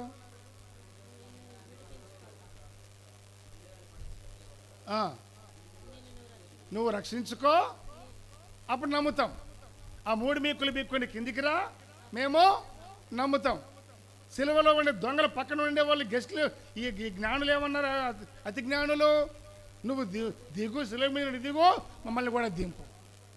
నీ దారు నువ్వు ఏమనగా నన్ను సిలువలో దింపు, నేను దొంగని, మరి నా దొంగతనానికి నా డ్యూటీ నేను ఎక్కుతా. నువ్వు దిగు, మమ్మల్ని దింపు. వాళ్ళిద్దరిలో ఒకడికి పశ్చాత్తాపం కలిగింది, ఒకడికి కలగలేదు. కలిగిన వాడు కాపాడబడ్డాడు, కలగని వాడు నష్టపోయాడు. సరే, ఇప్పుడు ఏం జరిగింది? యేసుప్రభు సిలువ మీద ఉన్నప్పుడు దిగు, నువ్వు రక్షించుకో, కాపాడుకోండి దిగాడు. ఆయన దిగొచ్చాడా? రాళ్ళు. ఎందుకు? సిలువ వేయబడ్డాడు. ఆయన వచ్చిన పర్పసే అది. అందుకని దేవుడి చిత్తాన్ని నెరవేరుస్తా వచ్చాడు. ఇక్కడ అంటుంది, నాకు లోకమును, లోకానికి నేను సిలువ వేయబడి ఉన్నాము. సిలువ వేయబడి ఉన్న యేసుక్రీస్తు దిగరమని దిగొచ్చాడా? దిగరాలేదు. ఇప్పుడు లోకం మనల్ని చూసినప్పుడు లోకానికి మనం ఎట్లా కనపడాలి? మనం సిలువ వేయబడినట్లుగా మనము లోకానికి కనపడాలి. లోకం అట్లా చూడాలి, అలా కనబడాలి. లోకాన్ని మనం చూసినప్పుడు మనకేం కలగాలి? అది సిలువ వేయబడింది, బాగుంది కదా, భలే ఉంది కదా, ఎంతో బాగుంది, ఇష్టంగా ఉంది, తీసుకోవాలని ఉంది. ఒకసారి పోయేస్తే, ఒకసారి వాళ్ళతో కలిస్తే, ఒకసారి వాళ్ళతో పార్టిసిపేట్ చేసేస్తే, స్నేహితులు రమ్మంటున్నారు, మేమందరం ఎంజాయ్ చేస్తున్నామంటున్నారు, మేమందరం లోకాన్ని అనుభవిస్తున్నామంటున్నారు, సరదాగా అటు పోదామంటున్నారు, టూర్కి వెళ్దాం, పిక్నిక్ వెళ్దాం, మధ్య మధ్యలో తినాల్సినవి తిందాం, తాగాల్సినవి. ఎవరి గుంపులో ఉండాలి, ఎవరి గుంపులో ఉండకూడదు తెలియాలి కదా. ఇప్పుడు క్రీస్తు యేసుతో కూడా తన ఇచ్ఛలు, తిందాము తాగుదామన్న ఇచ్ఛలు, ఇంకా ఏ ఏ కోరికలు ఇచ్ఛలు ఉన్నాయో అవన్నీ సిలువ వేసి ఉంటే, ఈ వ్యక్తి అలాంటి మనుషులు చూసినా, వాళ్ళని చూసినా, వాళ్ళు రమ్మని పిలిచినా ఈయనకి ఎట్లా కనపడతారు? వాళ్ళు సిలువ వేసినట్లు కనపడతారు, సిలువ వేసినట్లుగా కనపడతారు. కాబట్టి లోకానికి నేను, నాకు లోకము, ఒకరికి ఒకరు ఏమయ్యామో సిలువ వేయబడి ఉన్నాం. కాబట్టి నువ్వు లోక సంబంధమైన మనుషులను చూసినప్పుడు వాళ్ళను నువ్వు ఆకర్షించకూడదు. నేను సిలువ వేశాను, లోకం సిలువ వేయబడింది అన్న దృష్టితో నీవు చూడాలి. అట్ ద సేమ్ టైం ఇతరులు నిన్ను చూసినప్పుడు నీ ప్రవర్తన, నీ మాట, నీ క్రియలు వాళ్ళకు ఆ విధంగా నువ్వు క్రీస్తుతో కూడా నీ స్వభావాలన్నీ సిలువ వేయబడ్డాయి, ఇక అలాంటివన్నీ నీవు చేయవు, నీలో లేవన్న సంగతిని వాళ్లకు నీవు కనపరచాలి, నీ క్రియల ద్వారా, నీ స్వభావం ద్వారా. హల్లెలూయా. అప్పుడు నీకేం కలుగుతుంది? విధేయత. విధేయత విధేయత సిలువ వేయబడడం ద్వారా ఏం కలుగుతుంది? మన ప్రాచీన స్వభావము సిలువ వేయబడడం ద్వారా విధేయత కలుగుతుంది. క్రీస్తు యేసు సంబంధంలో వారి శరీరాన్ని ఇచ్చిన కోరికలు సిలువ వేశారు కనుక దానివల్ల కలుగుతుంది విధేయత. కాబట్టి మరొక మాట కూడా చూద్దాం. ఏంటిది అది? రోమా పత్రిక 13వ అధ్యాయం 14వ వాక్యం. రోమా 13:14 చదవండి. ప్రభు అయిన ఏది ఏమైనా, మెట్టుకు ఏది ఏమైనా, 6 100 అయినా 100 6 అయినా, ప్రభు అయిన యేసుక్రీస్తును ధరించుకున్న వారై శరీర ఇచ్చలను నెరవేర్చుకున్నటకు శరీరం విషయమై ఆలోచన చేసుకొనకుడి. దేవునికి స్తోత్రం. ఏది ఏమైనా మీరు ఎవరిని ధరించుకోవాలి? ఎవరిని ధరించుకోవాలి చెప్పండి నోటి తెరిచి. ప్రభు అయిన యేసుక్రీస్తును ధరించుకున్న వారై అంటే ఆయనను మీ హృదయంలో, నీ దేహంలో కలిగిన వారై శరీరేచ్ఛలను నెరవేర్చుకున్నటకు శరీర విషయమై ఆలోచన చేసుకొనకుడి. నువ్వు చేయటం కాదు కదా, వాళ్ళు వీళ్ళు రమ్మంటే రావటం, పొమ్మంటే పోవటం, తినమంటే తినటం, తాగమంటే తాగటం, చేయమంటే చేయటం కాదు కదా. వాటిని గురించి నీకు ఆలోచన కూడా రాకూడదు. నీ హృదయంలో తలంపు ఆలోచన కూడా పుట్టకూడదు. నీ ఆలోచనే నీ మనసులోకి రాకూడదు. అంటే నువ్వు ఎంత పవిత్రంగా ఉండాలి, ఎంత యథార్థంగా పరిశుద్ధత కలిగి బతకాడు కోరుకుంటుంది దేవుని వాక్యం. ఎందుకంత పరిశుద్ధత, యథార్థత, విధేయత? శరీరాన్ని ఇచ్చలతో కూడా, దురసలతో కూడా సిలువ వేయాలి. ప్రాచీన స్వభావంతో పాటు దీన్ని కూడా ఎప్పుడైతే క్రీస్తు యేసునందు సిలువ వేస్తామో అప్పుడు ఏం జరుగుతుంది? విధేయత కలుగుతుంది. విధేయత ఉన్నప్పుడే నీ సిలువను మోయగలుగుతావు. విధేయత ఉన్నప్పుడే భారాన్ని మోయగలుగుతావు. విధేయత లేకపోతే ఇక్కడ కష్టమైతే అక్కడి నుంచి తప్పుకోవాలని అనుకుంటాం. విధేయత ఉంటే అక్కడ నిలబడి ఆ భారాన్ని మోస్తాం. నేనైనా మీరైనా ఎవరమైనా కనుక మనకు కావాల్సింది విధేయత, లోబడే గుణం. దేవునికి స్తోత్రం. ఇప్పుడు మీకు ఎన్ని విషయాలు చెప్పాను విధేయత రావాలంటే? ఎన్ని సంగతులు చెప్పాను? ఎన్ని విషయాలు విన్నామండి? 2 విషయాలు విన్నాం. ఎన్ని విషయాలు? 2. మొదటిది ఏంటిది? మన విధేయత ఉండాలి. విధేయత ఎట్లా వస్తుంది? పైన చెప్పింది అంత ఇంట్రడక్షన్. మొదటిగా ఏంటిది అని చెప్పాను కదా. ఏంటిది? ఏం సిలువ వేయాలి? ప్రాచీన స్వభావాన్ని దాని క్రియలతో కూడా పరిత్యజించడం అంటే విడిచిపెట్టడం. విడిచిపెట్టి సిలువ వేయాలి, మరలా మన దగ్గరికి రాకుండా. రెండవది, క్రీస్తు యేసు సంబంధులు వారి శరీరాన్ని ఇచ్చలతోనూ దురాశలతోనూ క్రీస్తుతో కూడా సిలువ వేసి ఉన్నారు. ఇక మనలో అటువంటి బలహీనతలో ఉండకుండా ఉండే దాని కొరకు. మూడవదిగా గలతీ పత్రిక 2వ అధ్యాయం 20వ వాక్యం. గలతీ 2:20 చూడండి.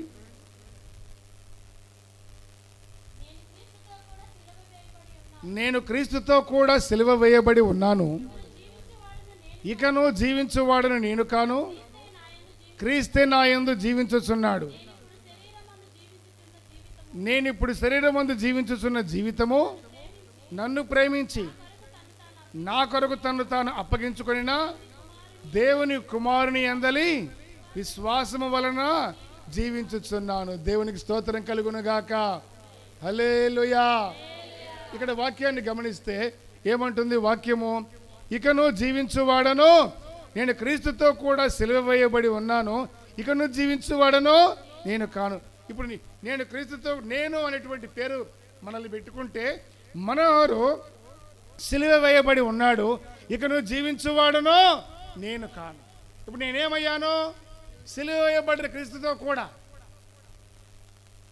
విధేయత రావాలంటే ప్రాచీన స్వభావాన్ని సిలువ వేయాలి.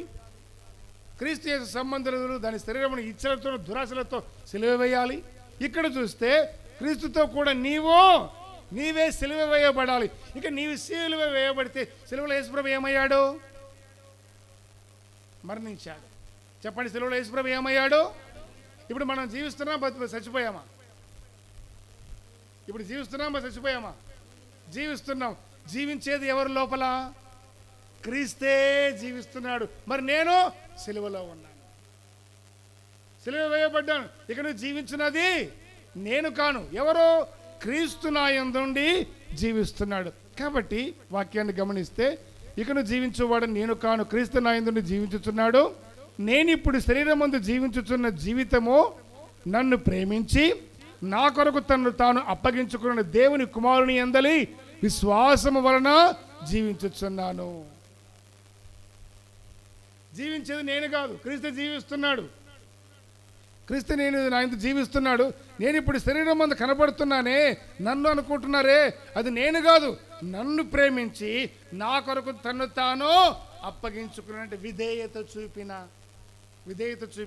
విధేయత వలన అప్పగించుకున్న దేవుని కుమారుని యందలి నేను విశ్వాసం వచ్చినందువల్ల, ఆయన యందు ఉన్నటువంటి విశ్వాసం వలన ఇప్పుడు నేను ఆయన విశ్వాసం నాలో కలిగినందువల్ల, ఆయన యందు విశ్వాసం వచ్చినందువల్ల నేను ఇప్పుడు జీవిస్తున్నాను. అంటే మనలో ఉంది ఎవరు? క్రీస్తు. క్రీస్తుకు సిలువ వేయబడింది ఎవరు? నేను. నాలో ఉంది ఎవరు? క్రీస్తు. ఇప్పుడు దీనికి సంబంధం ఉందా? లేనే లేదు. కనుక బ్రతికితే మనం ఈ లోకంలో విధేయత కలగాలి అంటే మనం బ్రతికితే ఎలా బ్రతకాలి? క్రీస్తు వలే బ్రతకాలి. హల్లెలూయా. ఎలా బ్రతకాలి చెప్పండి? క్రీస్తు వలే బ్రతకాలి. క్రీస్తు వలే మనం లోకంలో జీవించాలి. క్రీస్తు వలే మన మనసును నూతన పరుచుకోవాలి. క్రీస్తు వలే ఉండాలి. క్రీస్తు వలే. ఎందుకు క్రీస్తు వలే ఇక జీవించుతున్నది నేను కాదు. మరి నా సంగతో సిలువ వేయబడింది ఎప్పుడో, సిలువకి అయిపోయింది. ఇప్పుడు జీవించేది క్రీస్తు నాలో ఉండి ఆయన జీవిస్తున్నాడు కనుక నేను బ్రతుకుతున్నట్లుగా మీకు కనబడుతున్న. వాస్తవానికి నిజానికి నేను కాదు, ఎవరో? క్రీస్తు. ఇప్పుడు మీరు మారు మనసు పొందకపోతే, బాప్తిస్మం పొందకపోతే మీలో జీవించేది ఎవరు? మీలో జీవించేది ఎవరండి? మీరా? ఇక మరలా మేమే అని చెప్తే దానికి ఇప్పటిదాకా నేను చెప్పిన దానికి అర్థం లేకుండా పోతుంది. చదవండి, ఆ మాట చదవండి. గళితి 2:20 చదవండి. ఇప్పుడు మీరున్నారు, ఏమయ్యారట? క్రీస్తుతో కూడా. అంటే ఇప్పుడు మీరు ఇక్కడ లేరు, ఎక్కడున్నారు? సిలువ వేయబడ్డారు. తర్వాత జీవించువాడను నేను కాను. ఇప్పుడు సిలువ మీద నాగరాజు సిలువ వేయబడితే, రాళ్ళు సిలువ వేయబడితే, మనవరు సిలువ వేయబడితే ఇక్కడ అందరూ ఒకరొకరు కనబడుతున్నారు కదా. వీళ్ళెవరు అని అంటే క్రీస్తు నా యందు జీవించుచున్నాడు. నేను ఇప్పుడు జీవించుచున్న జీవితము, నేను ఇప్పుడు శరీరం ముందు జీవించుచున్న జీవితము నన్ను ప్రేమించి నా కొరకు తను తాను అప్పగించుకొనిన దేవుని కుమారుని యందలి విశ్వాసం వలననే జీవిస్తున్నాను. క్రీస్తు నా యందు జీవిస్తున్నాడు. మరి నేను సిలువ వేయబడ్డాను. మనం ఏమయ్యాము? సిలువ వేయబడ్డాం. ఇప్పుడు జీవించేది ఎవరు? ఇప్పుడు ఒక నాగరాజు సిలువ వేయబడితే, ఒక రాలి సిలువ వేయబడితే, ఒక సేవకుడి సిలువ వేయబడితే, ఒక అక్క సిలువ వేయబడితే, మరి వీళ్ళంతా ఎవరు? క్రీస్తు మనలో ఉండి ఆయన మనల్ని జీవింపజేస్తున్నాడు. అంటే క్రీస్తు మనలో జీవిస్తున్నాడు. క్రీస్తు ఇప్పుడు చెప్పండి, మీలో జీవించేది ఎవరు? క్రీస్తు. మీరేమయ్యారు? సిలువ వేయబడ్డారు. ఇప్పుడు మీరు బాప్తీసం పొందకపోతే, మారు మనసు పొందకపోతే మీరు పొందనట్ట? క్రీస్తును పొందిన వాడిగా చేసినట్ట? అది అందుకని మనము ఆయన దుఃఖ పెట్టకూడదు. రోజు నువ్వు ప్రార్థించాలి. ప్రతిరోజు కొంత వాక్యాన్ని చదివి ఎంతో కొంత ఇంత రోజులో నువ్వు ఇంత దేవుడితో సహవాసము చేయాలా లేదా? ఈ రోజంతా ఇంతైనా నువ్వు సహవాసం చేయాలా లేదా? ఇది లేకపోతే నీవు క్రీస్తు నీలో ఉంటే సహవాసం చేయకుండా ఉంటావా? చెప్పండి. ఆకలి అయింది అయిన వాడు ఎక్కడికి వెళ్తాడు? ఆహారం దగ్గరికి వెళ్తాడు. దప్పికైన వాడు ఎక్కడికి వెళ్తాడు? నీళ్ళ దగ్గరికి వెళ్తాడు. ఒక పశువు అయినా పక్షి అయినా నీళ్ళు ఎత్తుక్కుంటూ ఉన్న చోటుకి వెళ్తుంది కదా. మరి నీలో క్రీస్తు ఉంటే నువ్వు ఎక్కడికి వెళ్తావు? క్రీస్తు దగ్గరికే. అంటే మోకరించి దేవుడి సన్నిధిని అనుభవిస్తావు. దేవుడి సన్నిధిని అనుభవిస్తావు. వాక్యము ద్వారా, ప్రార్థన ద్వారా నీ వ్యక్తిగతంగా ఏ విధంగా నువ్వు దేవుడితో ఉండగలవో, నీ అనుకూలతను, నీ వీలుని బట్టి నీవు అంతలో కొంత దేవుడితో ఉండగలుగుతావు. అదే విధేయత. ఉండటమే విధేయత. ఉండాలి అని చెప్పి ఉండకపోవటమో అవిధేయత. దాని నుండి నష్టాలే కానీ లాభం లేదు. కాబట్టి నీ కొరకు అప్పగించుకున్న దేవుని కుమారుని అందరి విశ్వాసం మూలంగా జీవిస్తూ ఉన్నాను. క్రీస్తుని అలా జీవిస్తున్నాను. జీవించుతున్నది నేను కాదు. మరి నీ సంగతి? నేను క్రీస్తుతో కూడా సిలువ వేయబడ్డాను. ప్రాచీన స్వభావం సిలువ వేయబడాలి. క్రీస్తు సంబంధులు శరీరాన్ని దాని ఇచ్చలతో కూడా సిలువ వేశారు, వేయబడాలి. చివరిగా మనం క్రీస్తుతో కూడా సిలువ వేయబడాలి. ఇప్పుడు చెప్పండి, ఎన్ని సంగతులు చెప్పండి.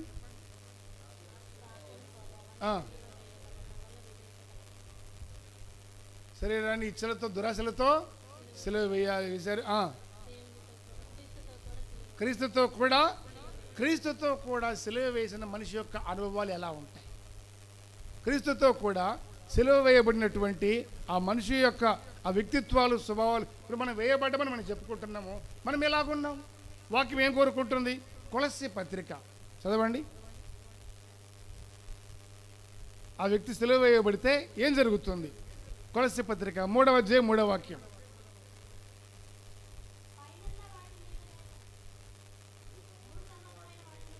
ఏలయనగానే మాట చదవండి అమ్మా. ఏలయనగా మీరు మృతి పొందితిరి, మీ జీవము క్రీస్తుతో కూడా దేవుని యందు దాచబడి ఉన్నది. హల్లెలూయా. మీరు మృతి పొందితిరి. ఎక్కడ? సిలువలో. ఎందుకు మృతి పొందాము? సిలువ వేయబడ్డాం కనుక. సిలువ అంటే మరణం. మృతి పొందాం. మీరు మృతి పొందితిరి. క్రీస్తుతో కూడా సిలువ వేయబడ్డారు కనుక క్రీస్తుతో కూడా మీరు మృతి పొందారు. జీవించువాడికి మీదట మనం క్రీస్తు మనలో కూడా జీవిస్తున్నారు. ఇక్కడ ఏమంటుంది? మీరు మృతి పొందితిరి, మీ జీవము క్రీస్తుతో కూడా దేవుని యందు దాచిపెట్టబడి ఉంది. హల్లెలూయా. దేవుని యందు దాచిపెట్టబడి ఉంది. అందుకని లేఖనం ఏమంటుందంటే, దేవుని బిడ్డలారా, మనకంటే ముందు చనిపోయిన, క్రీస్తు నుండి చనిపోయిన వారి ఆత్మలను దేవుడు వస్తూ ఆయన వెంట పెట్టుకొని వస్తాడు. సమాధులు తెరవబడతాయి, వారి సజీవులై లేస్తారు. మనము వాళ్ళు ఏకమై ఒక రెప్పపాటులో మార్పు పొంది వెళ్ళిపోతాం. ఎందుకు వాళ్ళు లేస్తారు? వాళ్ళ ప్రభుత్వం కూడా వస్తారు. ఎందుకు వస్తారో? వారి జీవాన్ని దేవుని యందు దాచిపెట్టబడి ఉంచబడ్డాడు. దాచిపెట్టాడు దేవుడు. అందుకని ఇక్కడ ఈ మాట చెప్తున్నాడు, మీ జీవము క్రీస్తుతో కూడా దేవుని యందు దాచబడి ఉంది. మీరు మృతి పొందారు. ఇంత గొప్ప ఆశీర్వాదం ఉంది సిలువ మరణములో, విధేయతలో. కాబట్టి జీవించేది నేను కాదు, క్రీస్తు నాలో ఉండి జీవిస్తున్నాడు. దానివల్ల కలిగిన మేలేంటి? జీవము దేవుని యొద్ద దాచబడి ఉంది. పరలోకపు జీవం మూటలో కట్టబడి ఉంది. రెండవది మరొక మాట చూద్దాం. దాంట్లో కొరింథీ 2వ పత్రిక 5వ అధ్యాయం 15వ వాక్యాన్ని చదువుదాం. కొరింథీలకు రాసిన 2వ పత్రిక 5వ అధ్యాయం 15వ వాక్యం. జీవించు వారికి మీదట తమ కొరకు కాక తమ నిమిత్తము మృతి పొంది తిరిగి లేచిన వాని కొరకే జీవించుటకు ఆయన అందరి కొరకు మృతి పొందిననియో నిశ్చయించుకొనుచున్నాము. చదవండి సహోదరులు మరొక మాట. ఆ మాటని కొరింథీ 2వ పత్రిక 5:15 జీవించు వారికి మీదట తమ కొరకు కాక తమ నిమిత్తము మృతి పొంది తిరిగి లేచిన వాని కొరకే జీవించుటకు అందరి కొరకు మృతి పొందననియో నిశ్చయించుకొనుచున్నాము. దేవుడికి స్తోత్రం. ఇప్పుడు మీ జీవము దేవుని దగ్గర దాచబడి ఉంది. జీవించేది మీరు కాదు, క్రీస్తు మీరు జీవిస్తున్నారు వాక్యం అంటుంది.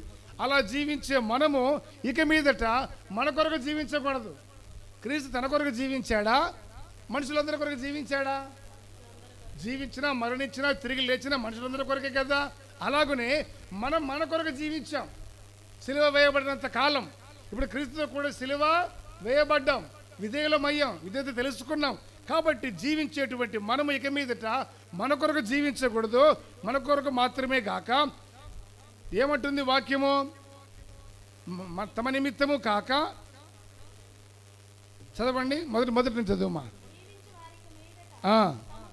వారి కొరకు కాక తమ నిమిత్తము మృతి పొంది తిరిగి లేచిన వాని కొరకే జీవించుటకు ఆయన అందరి కొరకు మృతి పొందనని నిశ్చయించుకొనుచున్నాం.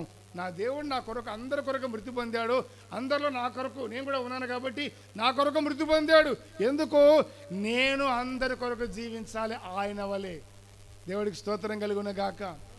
నేను అందరి కొరకు ఆయన వలె జీవించు నిమిత్తం నా కొరకు అందరి కొరకు ఆయన మృతి పొందాడు అని నేను నిశ్చయించుకొనుచున్నా. అందుకని ఇప్పుడు మనం బ్రతికితే ఎవరి కొరకు బ్రతకాలి? ఎవరి కొరకు బ్రతకాలి? మన కొరకు మృతి పొంది తిరిగి లేచినా ఆయన కొరకే బ్రతకాలి.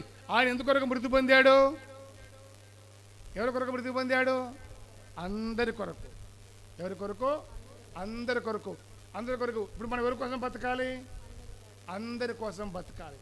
ఆయన అందరి కొరకు మృతి పొందాడు కాబట్టి మనం ఆయన వల్లే జీవించాలి. కాబట్టి ఆయన కొరకు జీవించాలి. కాబట్టి ఆయన జీవించి మరణించింది అందరి కొరకు. కాబట్టి మనం అందరి కొరకు జీవించాలి.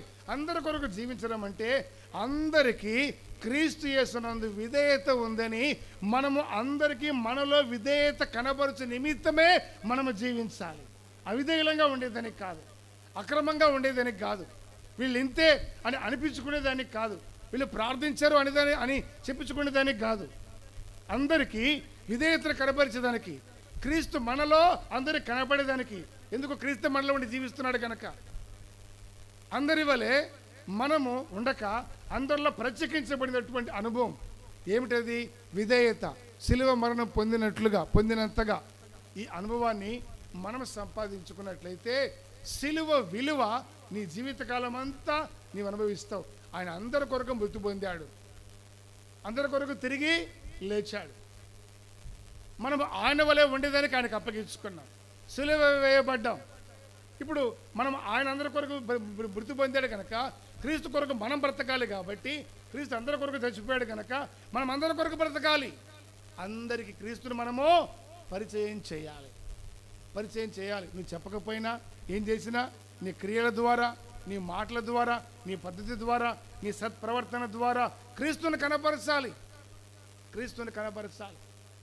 అది విధేయత. విధేయత ఎక్కడి నుంచి వస్తుంది? సిలువ నుండి. అంటే శ్రమ నుండి వస్తుంది. సిలువ మోసినప్పుడు భరించినప్పుడే దాన్ని సగం నరకేసుకుంటే రాదు, ఇది నరకం. అందుకని ప్రభుని అడగండి, నాకు ఏ భారం ఇచ్చావయ్యా, నాకు ఏ సిలువనిచ్చావు, నేనేం మొయ్యాలి? ఒకవేళ నాకు ఏది ఇచ్చావో అది గ్రహించుకొని దాన్ని మోసే కృపనివ్వండి. మధ్యలో సగాన్ని నరుక్కొని బరువు తేలిక చేసుకోవాలనుకొని ఏదో తేలిక అవుతుందని ఆశపడి నేను మోసపోకూడదు ప్రభువా. తీర దాటేసరికి ఆ సిలువే నీకు వారది. సిలువ రక్తమే మహాపరిశుద్ధ స్థలంలో చేరుస్తుంది మన యేసయ్య రక్తం. ఈ రక్తమే, సిలువ రక్తమే నీకు వారది. బాప్తిజం పొందకపోతే దాటగలుగుతావా లోకాన్ని? చేరగలుగుతావా పరలోకాన్ని? అందుకని సిలువ అంటే సిలువ శ్రమ, రక్తం, సిలువ రక్తం. ఈ రక్తాన్ని నీవు కలిగి ఉన్నప్పుడే, బాప్తిజం పొందినప్పుడే, సిలువ శ్రమ అనే విధేయతను కలిగినప్పుడే నీవు దాటగలుగుతావు, పరలోకానికి చేరగలుగుతావు. నీవు సగం నరుక్కొని నీకు అనుకూలంగా అన్ని నీ వసతిగా చూసుకుంటే అక్కడికి వెళ్ళిన తర్వాత ఎంత నరికావో అంతే తక్కువైంది. తల బద్దలు కట్టుకొని ఏడిస్తే ప్రయోజనం ఏముంది? అడగండి, దేవుణ్ణి అడగండి, నాకే భారం ఇచ్చావు ప్రభువా, నువ్వు ఏది ఇచ్చినా నీ కొరకు నేను జీవిస్తా, నా కొరకు జీవించాలని చెప్పావు, నా కొరకు మరణించావు కనుక నీ కొరకు నేను భారాన్ని భరిస్తా, మోస్తాను ప్రభువా, నన్ను జ్ఞాపకం చేసుకొని ఈ పూట ఒక తీర్మానం మీరు చేసుకుంటే ఈ పూట 3 మాటలు ప్రభు మనకు ఇచ్చాడు. సిలువ మరణం పొందినంతగా ఆయన విధేయత చూపిన వాడే తను తాను తగ్గించుకొని విధేయత చూపించాడు. సిలువలోనే విధేయత కావాలంటే ఈ 3 అనుభవాలు. ఇవి ప్రాచీన స్వభావాన్ని క్రియలతో కూడా, దాని క్రియలతో కూడా ప్రాచీన స్వభావం ఉండకూడదు, క్రియలు ఉండకూడదు. స్వభావం లేదు కానీ క్రియలు ఉన్నాయంటే అర్థం ఏంటి? క్రియలు ఉన్నాయంటే స్వభావం ఉందని కదా అర్థం. స్వభావము క్రియలతో కూడా పరిత్యజించాలి, విడిచిపెట్టి సిలువ వేయబడాలి. రెండవది క్రీస్తు యేసు సంబంధులు. ఎవరా సంబంధులు? ప్రాచీన స్వభావాన్ని సిలువ వేసిన వాళ్ళే క్రీస్తు యేసు సంబంధులు. ఈ సంబంధులు శరీరమును దాని ఇచ్చలతోనో దురాశలతోనో సిలువ వేశారు. ఇక సిలువ వేస్తే వాళ్ళలో ఉండేది ఎవరు? యేసుక్రీస్తు. ఆ మూడవది క్రీస్తుతో కూడా సిలువ వేయబడాలి. అప్పుడు జీవించేది ఎవరు? వీళ్ళలో యేసుక్రీస్తు. మనం క్రీస్తుతో కూడా సిలువ వేయబడాలి. విధేయత, సిలువ, శ్రమ ఇవన్నీ ఒకదానికొకటి కలిగి ఉన్నప్పుడే మనం ఉంటాం. గనక అడుగుదాం, కన్నీళ్ళతో అడుగుదాం. ఈరోజు మరలా వచ్చే సంవత్సరం ఈ సమయానికి లోకల్లో క్రైస్తవ్యానికి పరిస్థితులు ఎలాంటివి వస్తాయో, ఎటువంటి దుస్థితి చూడాల్సి వస్తుందో, తల్లి ఎటువంటి అనుభవాలు ఎదురవుతాయో, మనం ఉంటామో అలా ప్రభువే వస్తారో, ఏం జరుగుతుందో తెలియదు కదమ్మా. అందుకని ఏం చేయాలి? ఉండగానే ఈ 4 మాటలు వినగానే ప్రభుని అడిగి, ప్రభు నేనేం చేయాలి? నీ కొరకు ఏ భారమైనా మోస్తానయ్యా, నేను ఏ భారం మోయగలను? ఒకవేళ భారం అని నువ్వు దాన్ని పోగొట్టుకుంటే నరకానికి. అందుకని ఈ గుడ్ ఫ్రైడే దినాన ప్రభు మనకిచ్చిన మాటలను బట్టి దేవునికి మహిమ కలుగును గాక. ఈ మాటలు ప్రతి హృదయంలో స్థిరపరచును గాక. ఈ మాటలు మన జీవితానికి విధేయతను కలిగించును గాక. ఆయన సిలువ మోయిస్తూ ఆయన వలె ఉండుటకు, ఆయనతో కూడా జీవించుట నిమిత్తమై దేవుడు మన కృపనిచ్చును గాక. మోకరించి ప్రార్థన చేసుకుందాం. మోకరించి ప్రభు సన్నిధిలో మనసారా ప్రార్థన చేసుకుందాం. తండ్రి, మీకు స్తోత్రం చెల్లిస్తున్నాం. కృప కలిగిన వాడా, మీకు స్తోత్రాలయ్యా.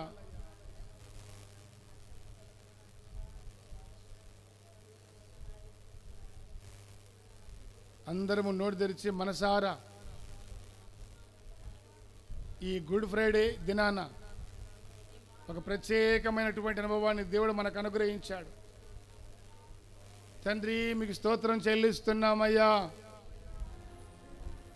కృప కలిగిన వాడా, కనికరా స్వరూపుడవైన దేవా,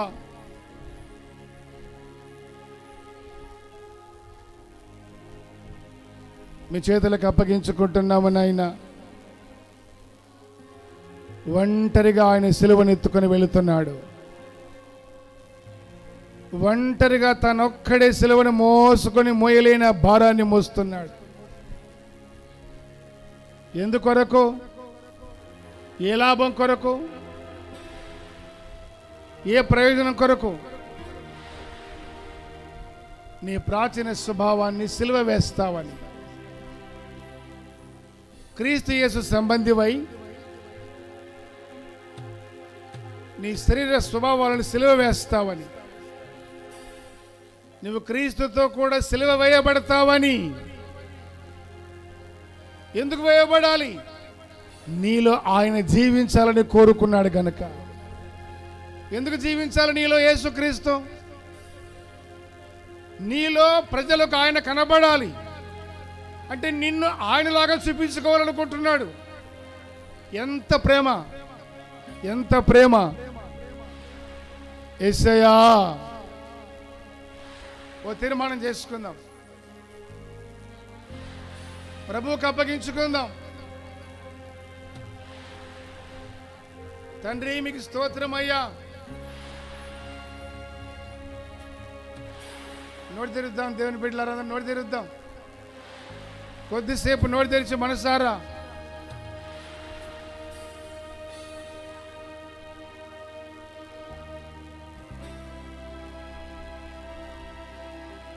ఎందుకు ఆ కలువరి శ్రమలు?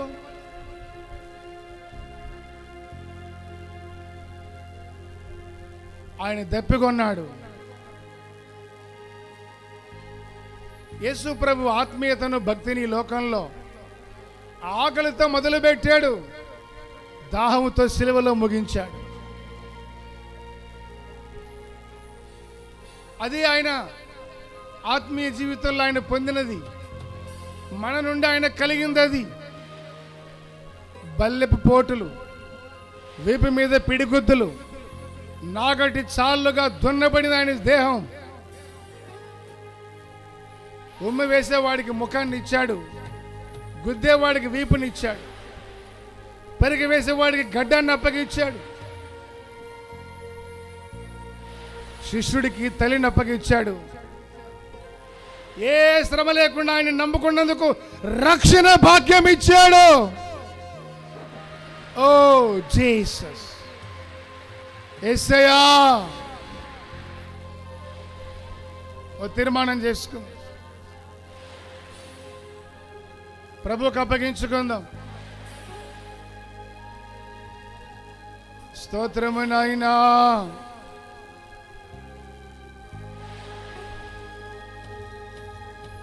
ఇంత వేదన పడేదానికి కారణం ప్రేమ.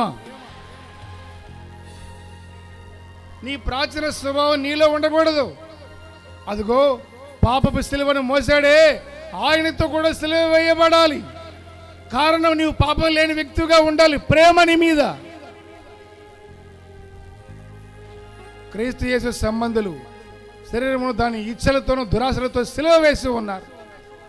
దానివల్ల లోకానికి నీకు లోకం సిలువ వేయబడి ఉంది. కారణం ఏ దురాశ నీలో ఉండకూడదు. ప్రేమ, ప్రేమ, ప్రేమ, ప్రేమ. యేసయ్యా, జీవించువాడనికను నేను కాను, క్రీస్తు నా యందు జీవిస్తున్నాడు. ఆయన కుమారుని అందరి విశ్వాసం ఉంచుట ద్వారా జీవించుతున్నాను. నీవు సిలువ వేయబడ్డావు క్రీస్తుతో కూడా. క్రీస్తు నీలో జీవిస్తున్నాడు. మనుషులు నిన్ను చూచినప్పుడు క్రీస్తువులే నీవు కనబడాలి. ఎవరి వలె కనబడుతున్నాం? దేవుని బిడ్డ, మన మాట ఎవరి వలె ఉంది? నన్ను జ్ఞాపకం చేసుకొని అయినా మీరు ఆశించినట్లుగా, మీరు బోధించినట్లుగా అట్టి కృప కలిగి బ్రతుకుటకు సహాయం దయచేయండి అయ్యా. అట్టి కృప నాకు ఇవ్వండి నాయనా. అడుగు, అడుగు, అడుగు. Praise the lord.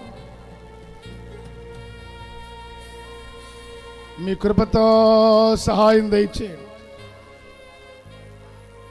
కృపా వాత్సల్య పూర్ణుడా, కనికరా స్వరూపుడవైన దేవా, స్తోత్రము నాయనా.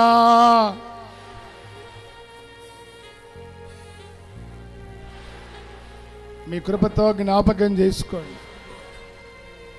మీ కృపతో జ్ఞాపకం చేసుకోండి. మీ హస్తాలకు అప్పగించుకుంటున్నామయ్యా. ఎందుకు ఇంతగా చేస్తున్నాడు ఆయన? ఎందుకు ఇంత ప్రయాస? ఎందుకు నీ గురించి ఇంత వేదన? ప్రేమ, ప్రేమ, ప్రేమ.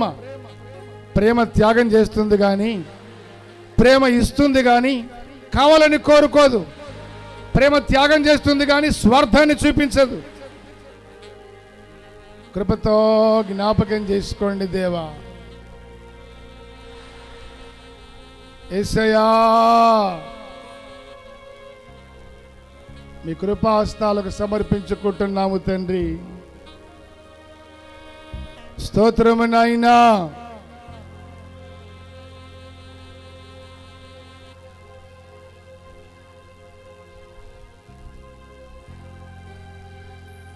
అగాధ సముద్ర జలములైనా ఈ ప్రేమను అర్పజాలవుగా. యేసయ్యా, మీకు స్తోత్రము చెల్లిస్తున్నాము తండ్రి. అగాధ సముద్ర జలములైనా ఈ ప్రేమను అర్పజాలవుగా.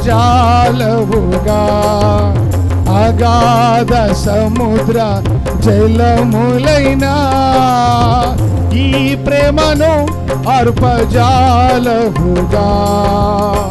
ఈ ప్రేమ నీకై విలపించుచో ప్రాణము దారా బోయుచునే. ఈ ప్రేమ నీకై విలపించుచో ప్రాణము దారా బోయుచునే. సిలువలో వ్రేలాడి నీ కొరకే సిలువలో వ్రేలాడి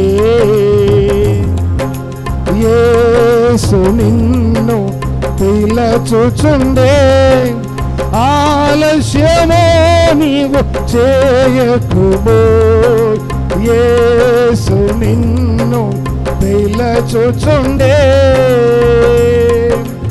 అగాధ సముద్ర జలములైనా ఈ ప్రేమను అర్పజాలవుగా.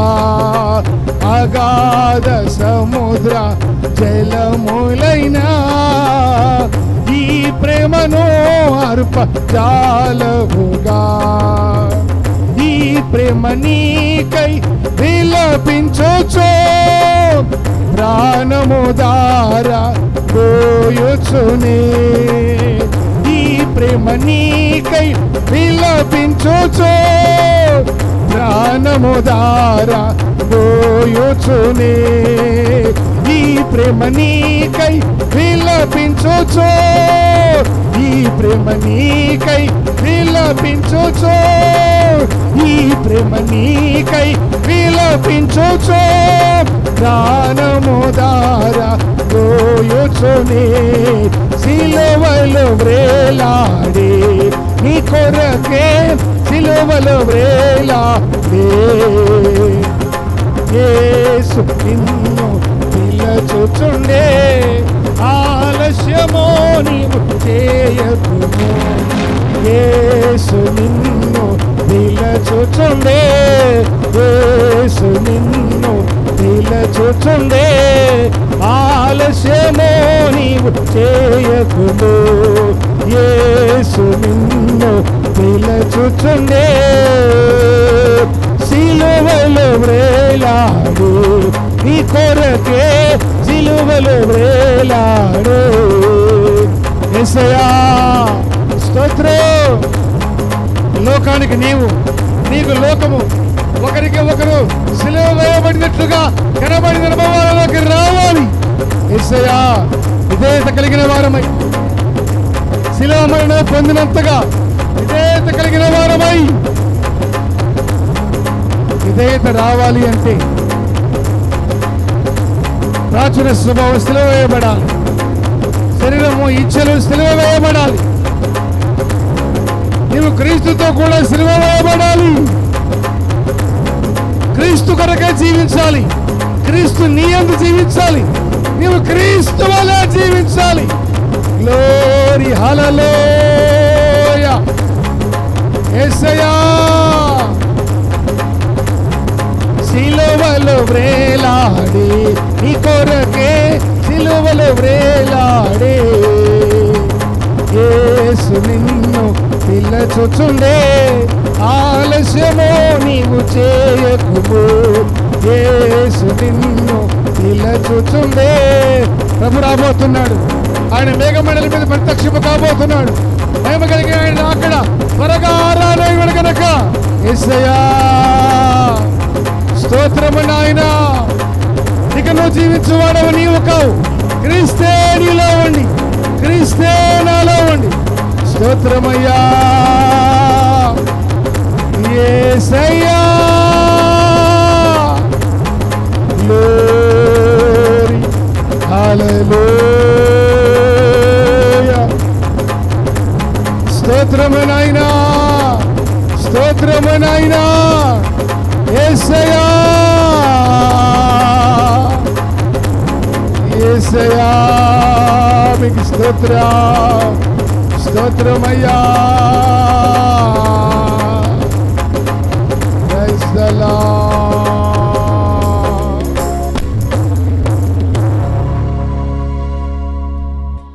కృప కృప కృప కృప స్తోత్రము చెల్లిస్తున్నాము తండ్రి. తీర్మానం చేసుకుందాం మనసారా ప్రభు సన్నిధిలో. మీకు స్తోత్రం తండ్రి, మీ కృప కొరకు స్తోత్రం, మీ దయ కొరకు స్తోత్రం, మీరు మాట్లాడిన మీ మాటల కొరకు స్తోత్రం. కృప చేత జ్ఞాపకం చేసుకోండి నాయన. మీ హస్తాలకు అప్పగించుకుంటున్నా.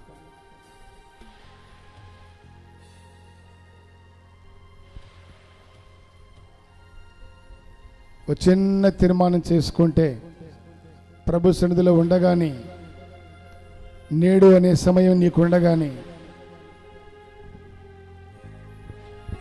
సమయం చేజారిపోక మునిపే,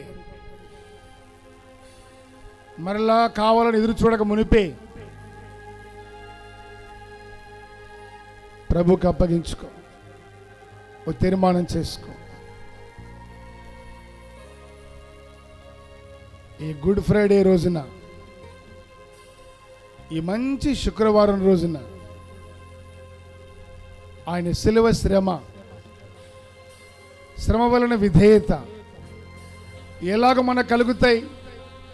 ఆయన శిలువను మోయట ద్వారా ఏం చేయాలి? మన ప్రాచీన స్వభావం, గతంలో చేసిన పనులన్నీ సిలువ వేయబడాలి. ప్రభువుకు దూరంగా ఉన్నప్పుడు చేసిన క్రియలన్నీ సిలువ వేయబడాలి.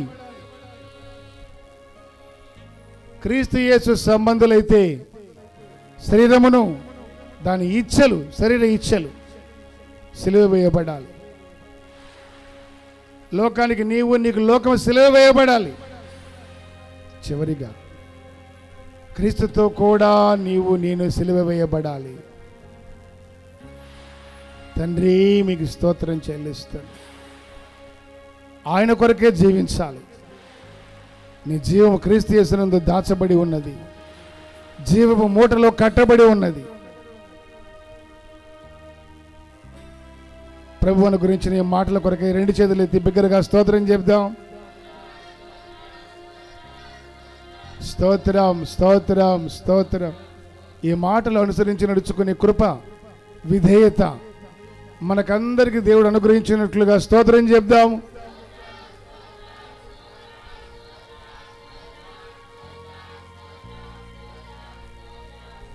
లోకము మనల్ని చూసినప్పుడు క్రీస్తుతో కూడా సిలువ వేయబడిన వారముగా, లోకాన్ని నీవు చూసినప్పుడు దానికి ఆకర్షింపబడక అది సిలువ వేయబడినట్లుగా నీవు చూచేటువంటి కృప, అటు అనుభవాన్ని దేవుడు మనకు దయచేయనట్లు స్తోత్రం చెప్దాం.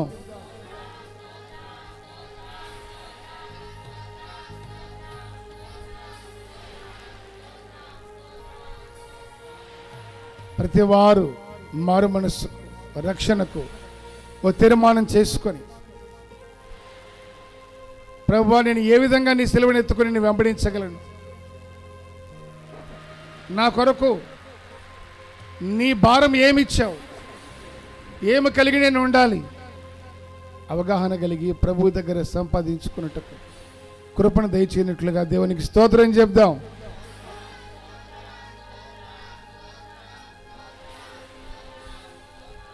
ఈ గుడ్ ఫ్రైడే ఆరాధన అంతటిని బట్టి స్తోత్రం చెప్దాం. తండ్రి అయిన దేవునికి స్తోత్రం చెబుదాం. కుమారుడైన దేవునికి స్తోత్రం చెబుదాం. పరిశుద్ధాత్మ దేవునికి స్తోత్రం చెబుదాం.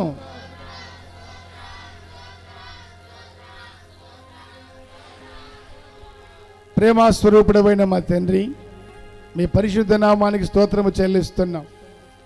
గడిచిన దినములన్నీ మీ కృపలో దాచి భద్రపరిచి ఈ గుడ్ ఫ్రైడే ప్రత్యేక దినాన మేమందరం మీ సన్నిధిలో ఏకమై దేవా మిమ్మల్ని స్తుతించుటకు, ఆరాధించుటకు, మీ లేఖనాన్ని ధ్యానించుటకు చూపిన మీ కృపను బట్టి స్తోత్రాలు.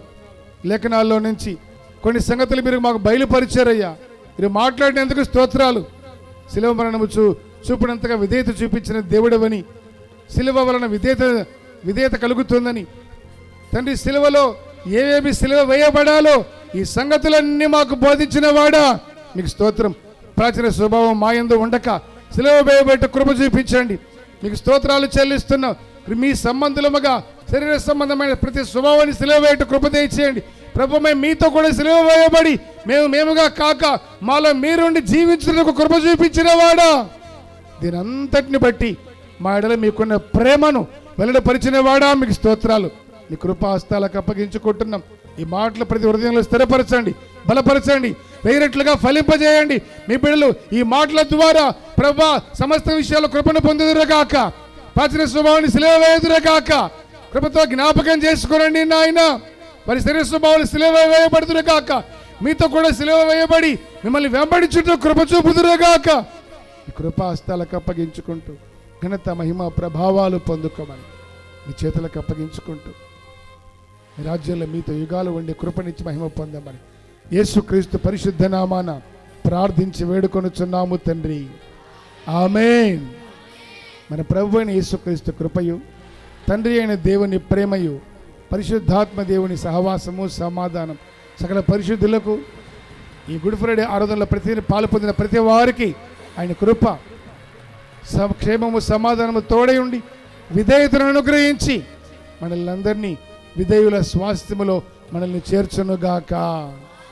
ఆమేన్, ఆమేన్. హల్లెలూయా, హల్లెలూయా, హల్లెలూయా. అందరికీ ప్రభునామములో